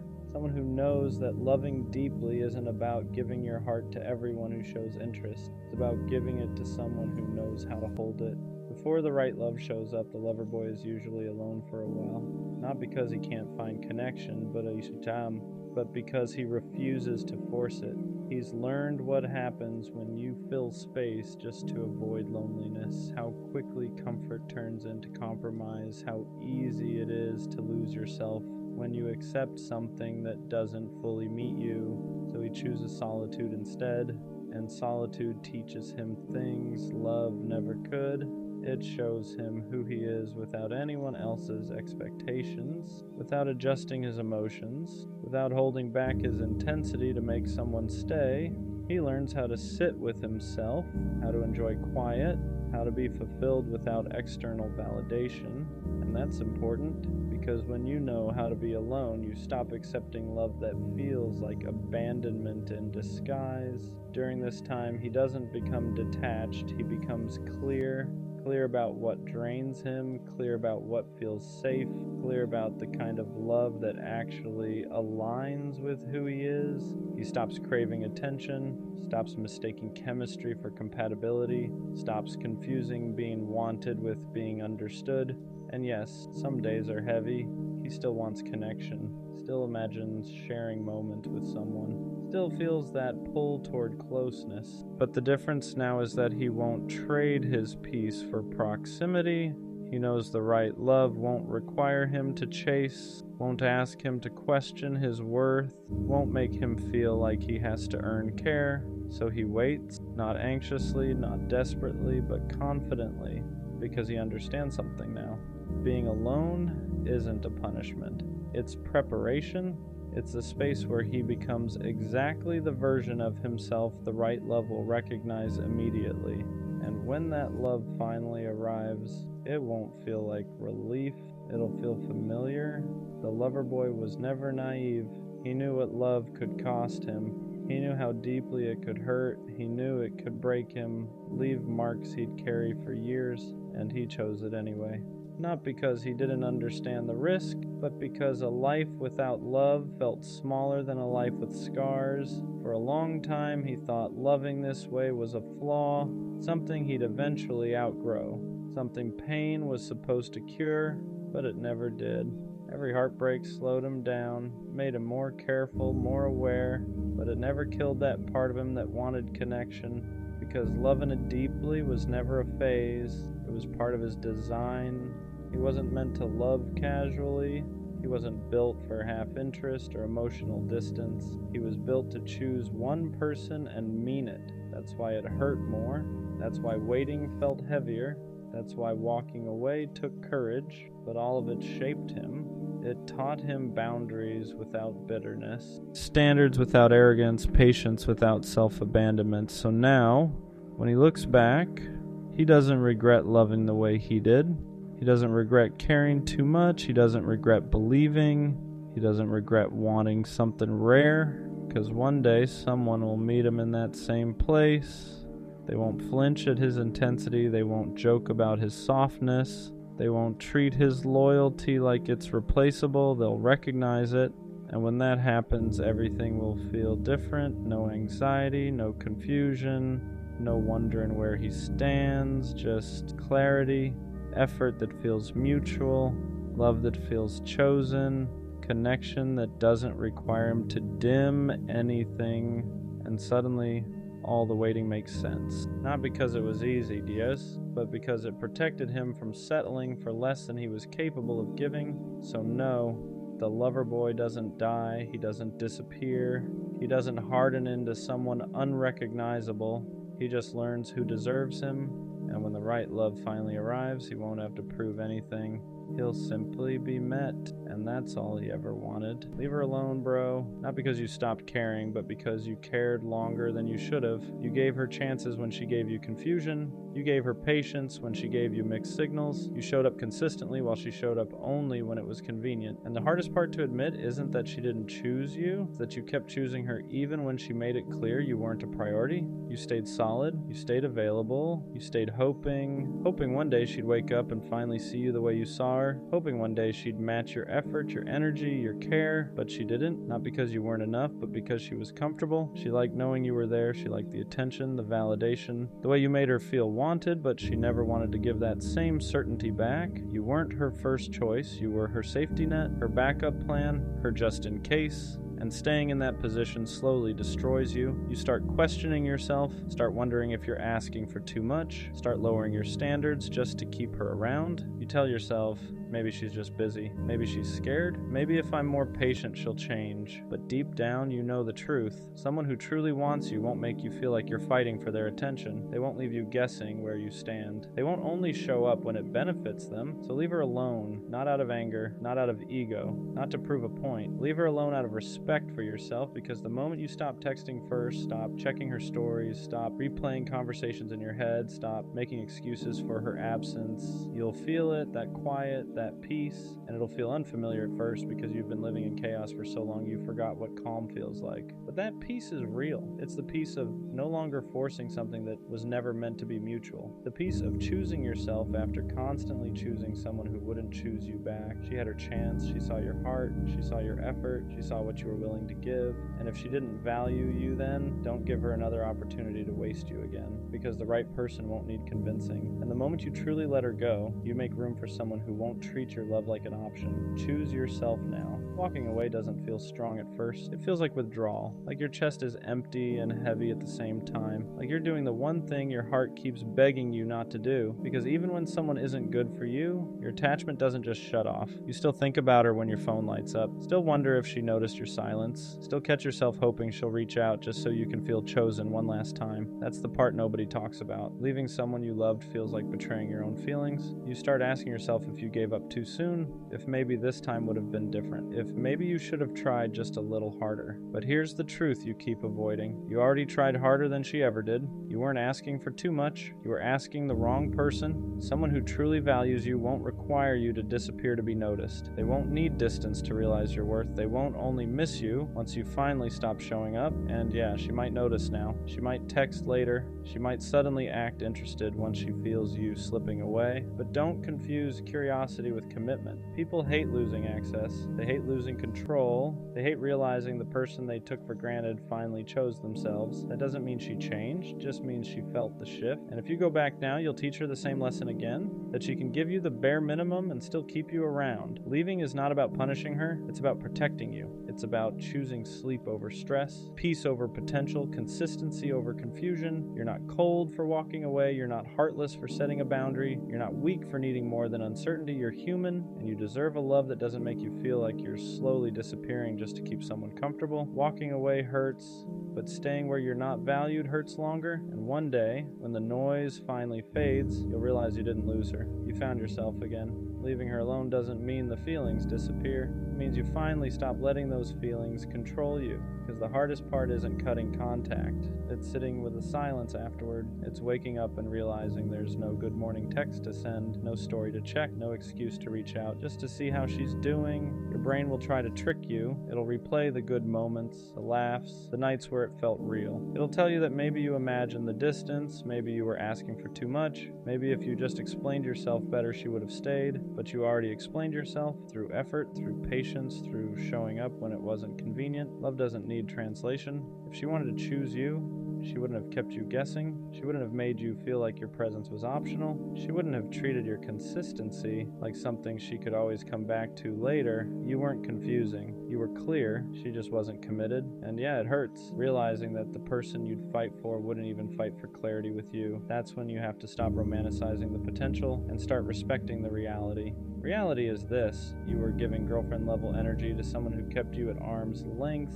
You were loyal to someone who wasn't sure she wanted you at all. Walking away feels unnatural because you're not used to choosing yourself first. You're used to being patient, understanding, giving people time to figure you out while you slowly lose pieces of yourself in the process. But love isn't supposed to cost you your peace. The moment you stop chasing, the moment you stop explaining, the moment you stop waiting for her to finally get it, you reclaim your power. And that scares people who benefited from you staying small. You didn't lose her. You outgrew the version of yourself that was willing to accept half love, and this is only the beginning. And the truth you don't want to admit yet is that leaving her alone feels like you're losing something. Not because she was right for you, but because she became familiar. You got used to waiting, used to hoping, used to reading into crumbs like they were signs. You trained your nervous system to find comfort in inconsistency. So when you finally step back, your body panics before your mind understands. You'll feel restless. You'll feel tempted to break your own boundary. You'll pick up your phone for no reason, scroll, close the app, open it again, just to see if maybe this time she noticed you're gone. And that urge doesn't mean you made the wrong choice. It means you're detoxing from someone who kept you emotionally hungry. Because when someone keeps you half-fed, you start confusing starvation with love. You tell yourself, maybe she just didn't know how much I cared. Maybe if I stayed a little longer, maybe I gave up too soon. But you didn't leave because you stopped caring. You left because you cared too much to keep abandoning yourself. You stayed long enough to know the pattern, the delayed replies,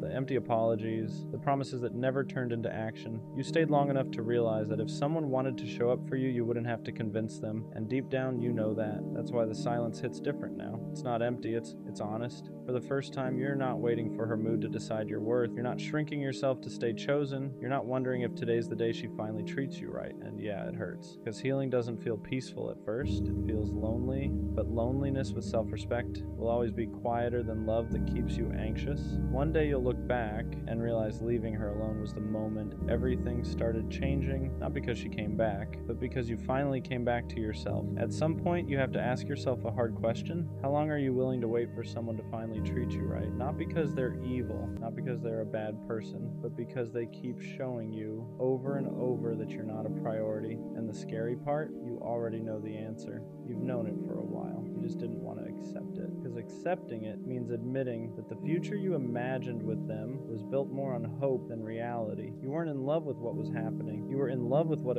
could have happened if they just showed up the way you needed. So you stayed, you waited, you overextended yourself, you gave patience to someone who gave you uncertainty, you gave loyalty to someone who gave you mixed signals, you gave understanding to someone who never tried to understand you, and every time they pulled away, you blamed yourself. Maybe I'm asking for too much, maybe I'm being dramatic, maybe this is just how love is, but love is not confusion. Love is not constantly guessing where you stand. Love is not feeling anxious every time your phone lights up or doesn't. Love doesn't make you feel replaceable. What really kept you stuck wasn't them. It was the version of you that believed walking away meant you failed, but leaving doesn't mean you lost. It means you finally stopped losing yourself, because staying with someone who makes you feel unwanted slowly erodes your confidence in ways you don't notice at first. You stop speaking up, you stop expecting effort, you start accepting bare minimum behavior and calling it maturity, you start shrinking your needs so you don't scare them away, and that's when love stops being love and starts becoming survival. You don't need to be less to be loved. You don't need to be quieter, cooler, easier, more convenient. The right person won't feel overwhelmed by your care. They won't feel annoyed by your presence. They won't treat your love like something disposable. They'll meet you where you are instead of making you feel like you're always asking for too much.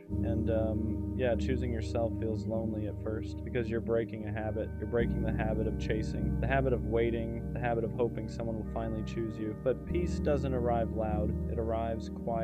In the moments you stop checking your phone, stop explaining yourself, stop wondering why you weren't enough. One day you'll realize you don't miss them. You miss who you were before you started doubting your worth, and that version of you, they're still there. You didn't lose love, you protected it. You didn't walk away from something good. You walked away from something that was slowly breaking you. And that's not weakness, that's growth. And what nobody tells you is that once you finally stop chasing them, that's when everything gets quiet. Not empty quiet, honest quiet. No more checking your phone every 5 minutes. No more replaying conversations in your head, wondering if you said the wrong thing. No more anxiety before hitting send. No more hoping today will be the day they suddenly care more. At first it feels uncomfortable because chaos became familiar, confusion felt normal, and peace feels strange when you're not used to it. You might even miss them for the wrong reasons. Not because they treated you well, but because your nervous system got addicted to inconsistency. You got used to highs and lows, to feeling chosen one day and invisible the next, to chasing validation instead of receiving love. That kind of pattern messes with your head. It makes you mistake emotional stress for passion. It makes stability feel boring and uncertainty feel exciting. But real love doesn't keep you guessing. It doesn't disappear when things get inconvenient. It doesn't require you to earn basic respect. Real love feels safe.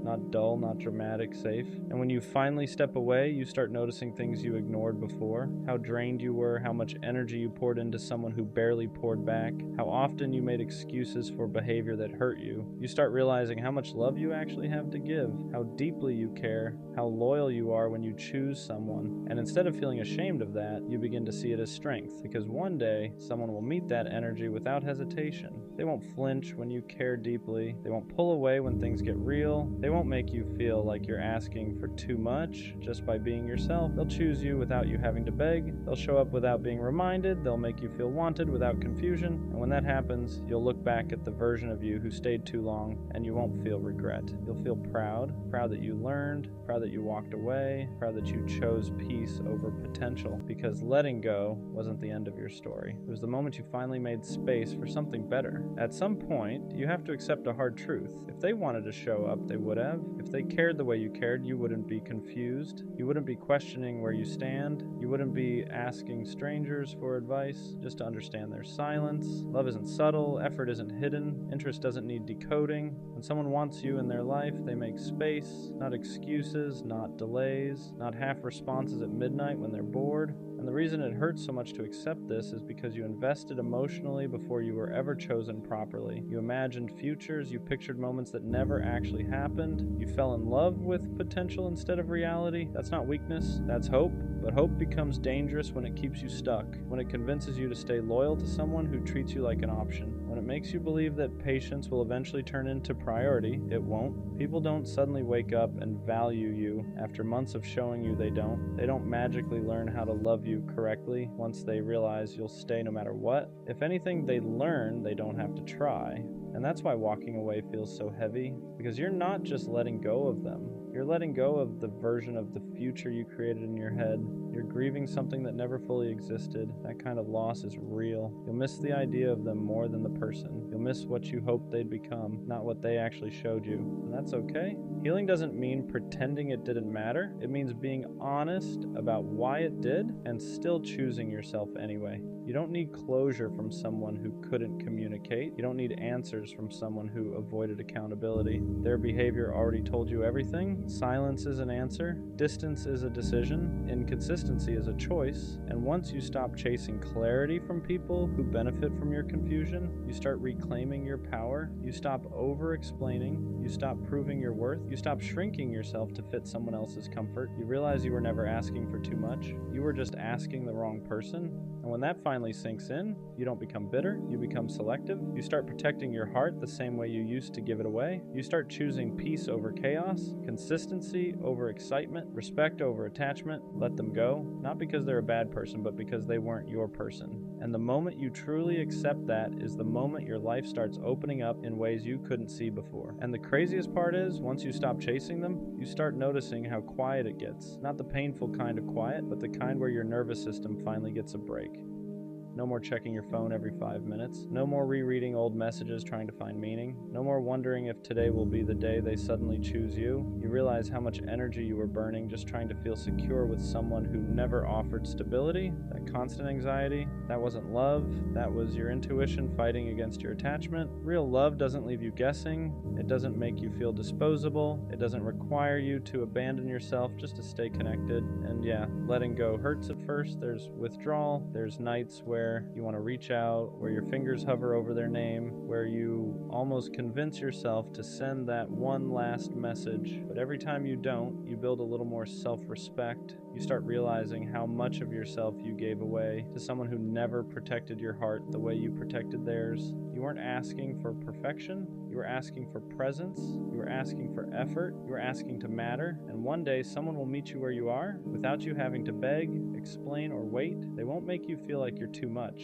They won't make you feel like you're replaceable. They won't make you question your value in moments of silence. But you don't get to that person if you keep clinging to the ones who treat you like an option. So let this be the moment you choose differently. Not out of bitterness, not out of revenge, but out of self-respect. Because the version of you that keeps chasing people who don't choose you deserves rest. And the version of you that finally walks away is the one that makes room for something real. A lot of people don't talk about how hard it is to walk away from someone you still care about, not because you don't see the red flags, but because you remember the good moments too clearly. You remember who they were in the beginning, the version of them that felt safe, the version that made you feel wanted, chosen, important, and you keep hoping that version will come back. That's what keeps you stuck. Not love, hope. Hope that if you wait a little longer, if you explain yourself one more time, if you give just a bit more patience, they'll finally show up the way you need them to. But hope can be dangerous when it's attached to someone who keeps proving they're not willing or ready to meet you halfway. Because every time you ignore their actions and listen to their potential instead, you teach yourself that your needs are negotiable. You start accepting inconsistency as normal, mixed signals as effort, bare minimum as love, and slowly, you stop recognizing yourself. You become quieter, more anxious, more forgiving than you should be. You start blaming yourself for their lack of effort. Maybe I asked for too much. Maybe I'm overreacting. Maybe this is just how relationships are. But deep down, you know the truth. Love isn't supposed to feel like constant confusion. It isn't supposed to drain you more than it fills you. And it definitely isn't supposed to make you feel alone while you're still technically with someone. That's when you have to be honest with yourself. Not about how much you love them, but about how much staying is costing you. Because loving someone shouldn't mean losing yourself in the process. And what hurts the most is realizing that you were willing to do the hard things for someone who wouldn't even do the simple ones. You showed consistency, they showed convenience, you communicated your feelings, they avoided uncomfortable conversations, you stayed when things got messy, they pulled away the moment effort was required, and yet you still questioned yourself, you still wondered if you were the problem, if you were asking for too much, if you were expecting love the wrong way. But love isn't complicated like that. People make time for what matters to them. They protect what they value. They don't leave you guessing where you stand. The truth is, some people don't lose you because they don't care. They lose you because they never learned how to care properly. They want connection without responsibility, attention without commitment, love without effort. And you can't teach someone how to show up if they don't want to. That's why leaving isn't weakness, it's self-respect finally getting louder than attachment. It's choosing peace over potential, reality over hope, self-worth over familiar pain. Walking away doesn't mean what you felt wasn't real. It means you finally decided that you are real too. And one day you'll look back and realize that the moment you stopped chasing was the moment your life got quieter, lighter, clearer. Because the right person won't make you feel like love is something you have to earn. They'll choose you without being convinced. You stayed longer than you should have because you believed in what could be, not what actually was. You kept replaying the good moments, convincing yourself they meant more than the silence, the distance, the excuses. You ignored the way your chest felt heavy every time you waited for a reply. You ignored how drained you felt after giving everything and receiving the bare minimum. That wasn't love making you tired. That was imbalance. Real love doesn't leave you anxious. It doesn't make you feel disposable. It doesn't turn your patience into pain. And the hardest truth to accept is that some people are comfortable letting you overextend as long as it benefits them. They don't stop you. They don't reassure you. They just take until one day you finally stop giving. And when you do, they feel it. Not because they miss you, but because they miss the access. That's when they reach out. That's when they suddenly care. That's when confusion turns into regret. But by then, you've already changed. You're no longer begging to be chosen. You're no longer shrinking to fit someone else's emotional limits. You're choosing yourself the way you always wished they would choose you. And that choice, that's where your healing actually starts. At some point, you stop missing them and start missing who you were before you questioned your worth for them, before you reread messages trying to find meaning that wasn't there, before you blamed yourself for someone else's lack of effort. That's when it really hits you. You didn't lose them. You lost yourself trying to keep them. You became quieter. You thought twice before speaking. You downplayed your needs so you wouldn't seem like too much. And the crazy part is they never asked you to do that. You did it because you cared. You did it because you were afraid that being fully you would push them away. But love that only survives when you make yourself smaller was never meant to last. Real love doesn't need you to perform. It doesn't need you to chase. It doesn't make you feel replaceable the moment you stop overgiving. And once you understand that, you stop romanticizing the bare minimum. You stop calling inconsistency mystery. You stop calling neglect space. You stop calling emotional distance busy.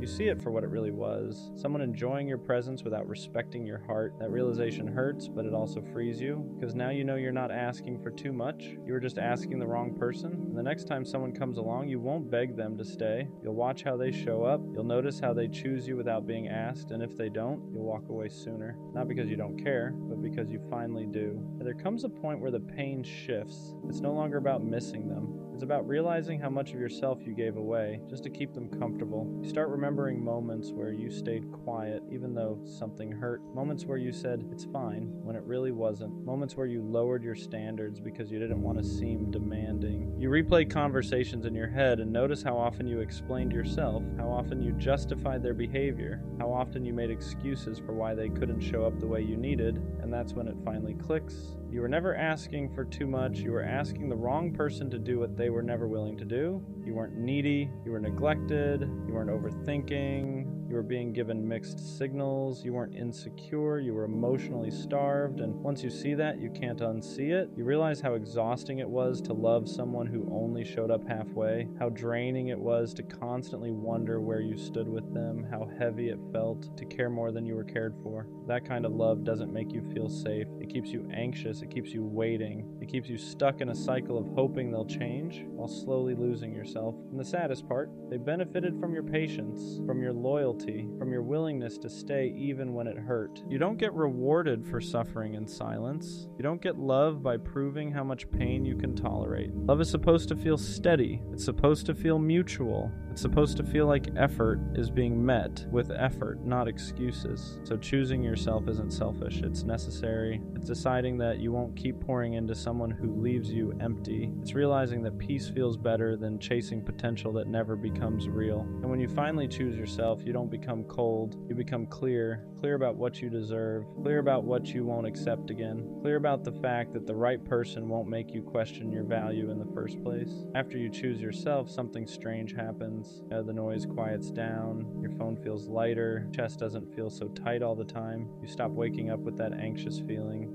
wondering if today will be the day they finally show up for you or disappoint you again. You stop checking your phone every 5 minutes, stop rereading old messages, stop trying to decode tone, timing, silence, because you finally understand that love was never supposed to feel like a puzzle. And that's when you realize how much energy you were wasting on someone who was unsure about you while you were sure about them. You were loving from a place of hope. They were loving from a place of convenience. You wanted depth. They wanted access. You wanted consistency. They wanted control without responsibility. And once you step back, you see how one-sided it really was. You notice how you were always the one adjusting, always the one compromising, always the one reaching out first, always the one trying to keep things alive. That's not love. That's survival mode. Real love doesn't make you feel disposable. Doesn't make you feel like you're asking for too much just for wanting basic respect. And here's the hardest truth to accept. Potential means nothing without effort. You weren't in love with who they were. You were in love with who they could be, the version of them that only existed in your head. But you can't build a future with someone's maybe. You can't heal by holding on to what ifs. So you stop romanticizing the bare minimum. You stop giving credit for intentions that never turn into action. And slowly, your standards rise back up to where they were always meant to be. You start asking better questions. You start walking away sooner. You stop explaining your worth to people who never planned to value it. And the craziest part, the moment you stop settling, you realize how much you were settling before. You realize you don't miss them. You miss the version of yourself that believed love had to hurt to be real, but it doesn't. Love can be calm. Love can be safe. Love can feel like rest instead of stress. And once you experience that, you'll never beg for confusion again. Leaving her alone doesn't mean you stop caring overnight. It doesn't mean you suddenly forget her laugh, her voice, the way she made things feel alive for a moment. It means you finally accept the truth you've been avoiding. That love without reciprocity will slowly drain you until there's nothing left. You were pouring into someone who never learned how to pour back. And no matter how patient you were, no matter how consistent you stayed, you can't teach someone to value you if they don't want to. You kept telling yourself, maybe she's just going through something. You made excuses for the missed calls, the late replies, the emotional distance. You told yourself love was supposed to be patient, that real men stay, that walking away meant you didn't try hard enough. But here's the part nobody talks about. There's a difference between being patient and being neglected. There's a difference between loyalty and self-abandonment. And you cross that line without even realizing it. Every time you texted first, every time you ignored your own gut, every time you accepted the bare minimum just to keep her close, you taught yourself that your needs came second. You shrank yourself to fit into a space she barely made room for. And that does something to you. It makes you question your worth. It makes you wonder why loving someone feels like punishment. It makes you think something is wrong with you. And the truth is, you were just loving the wrong person. Leaving her alone is the first time you choose yourself. It's the first time you stop begging for effort and start demanding peace. It's realizing that love isn't supposed to feel like anxiety, confusion, or constant doubt. The right person won't make you question where you stand. They won't make you compete with silence. They won't make you feel disposable. You don't need closure from her. You don't need one last conversation. Her actions already told you everything you needed to know. And as hard as it is, walking away now is what protects the part of you that still believes in real love. Part of you that deserves consistency, reassurance, and effort without having to ask. This isn't about her anymore. It's about you learning that choosing peace is not weakness, it's growth. What hurts the most isn't even losing her. It's realizing how long you stayed when your heart was begging you to leave. It's remembering all the moments you felt small but ignored it because loving her felt bigger than loving yourself. You didn't stay because you were weak. You stayed because you hoped, because you saw potential, because you believed that if you loved hard enough, showed up enough, proved yourself enough, things would change. But love doesn't work like that. You can't love someone into choosing you. You can't be consistent enough to make someone consistent back. And you can't sacrifice your peace forever and call it love. At some point, staying becomes more painful than leaving. And that's where you are now. You're gonna have nights where you almost text her. Nights where your fingers hover over her name, where your mind starts replaying the good memories and conveniently forgets the pain. You'll miss the comfort of what was familiar, even if it wasn't healthy. That doesn't mean you made the wrong choice. It means you're human. Healing doesn't mean you stop caring. It means you stop going back. And slowly, without even realizing it, things will start to change. You'll wake up one day and notice your chest doesn't feel as heavy. You won't check your phone as much. Her name won't be the first thing on your mind when something good or bad happens. You'll start laughing again. Not forced, not distracted, but real.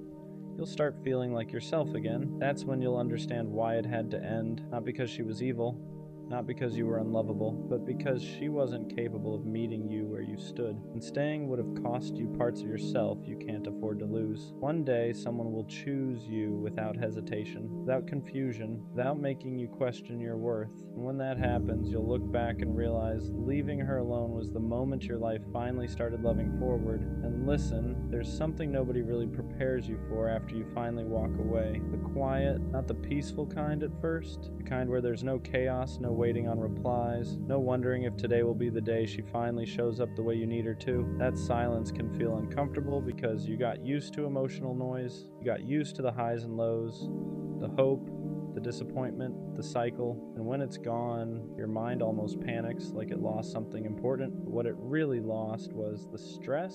You're going to question yourself. You'll wonder if you were too harsh, too impatient, too emotional. You'll replay conversations and think, maybe I should have said this differently. Maybe I should have tried one more time. But understand this. If someone truly wanted to stay, they wouldn't have made you feel like you had to beg for effort. You wouldn't have had to over-explain your feelings. You wouldn't have felt like loving them was a constant uphill battle. The version of you that stayed too long did so because he believed in love. And that's not something to be ashamed of, but the version of you now, he's learning discernment. He's learning that love without respect will drain you. That potential means nothing without action. And that choosing yourself isn't selfish. It's necessary. You didn't lose her. You released someone who was blocking the path to someone better, someone who won't confuse consistency with boredom, someone who won't make you feel like an option, someone who won't need reminders of your worth. Right now, it might feel like you're walking alone, but you're not going backwards anymore, and that's everything. And one day, without even realizing it, you're going to wake up and she won't be the first thought on your mind anymore. Not because you stopped caring overnight, not because what you felt wasn't real, but because you finally gave yourself permission to move forward. The memories won't disappear, but they won't control you either. They'll just be reminders of what you survived, not what you're missing. You'll start to notice how much lighter you feel, how your chest isn't tight every time your phone buzzes, how you're not constantly checking stories, rereading old messages, or wondering why you weren't enough for someone who never knew how to love you properly in the first place. You'll realize how much of yourself you were giving away to someone who kept taking without ever pouring back into you, and that's when it hits you. The problem was never your effort. It was never your heart being too big. It was never you loving too deeply. The problem was that you were offering loyalty to someone who didn't know how to value it. You were offering consistency to someone addicted to convenience. And you were offering real love to someone who only liked the idea of being loved. Walking away wasn't a loss. It was a correction, a reset, a moment where you finally chose peace over potential, clarity over confusion, and self-respect over attachment. That takes strength most people don't have. So don't go back. Not when she gets lonely, not when she suddenly remembers your value, not when she realizes nobody else loved her the way you did, because by then you'll understand something important. Someone who truly wants you won't need to lose you to see your worth. Leave her alone, and finally let yourself be found by someone who won't ever make you question if you matter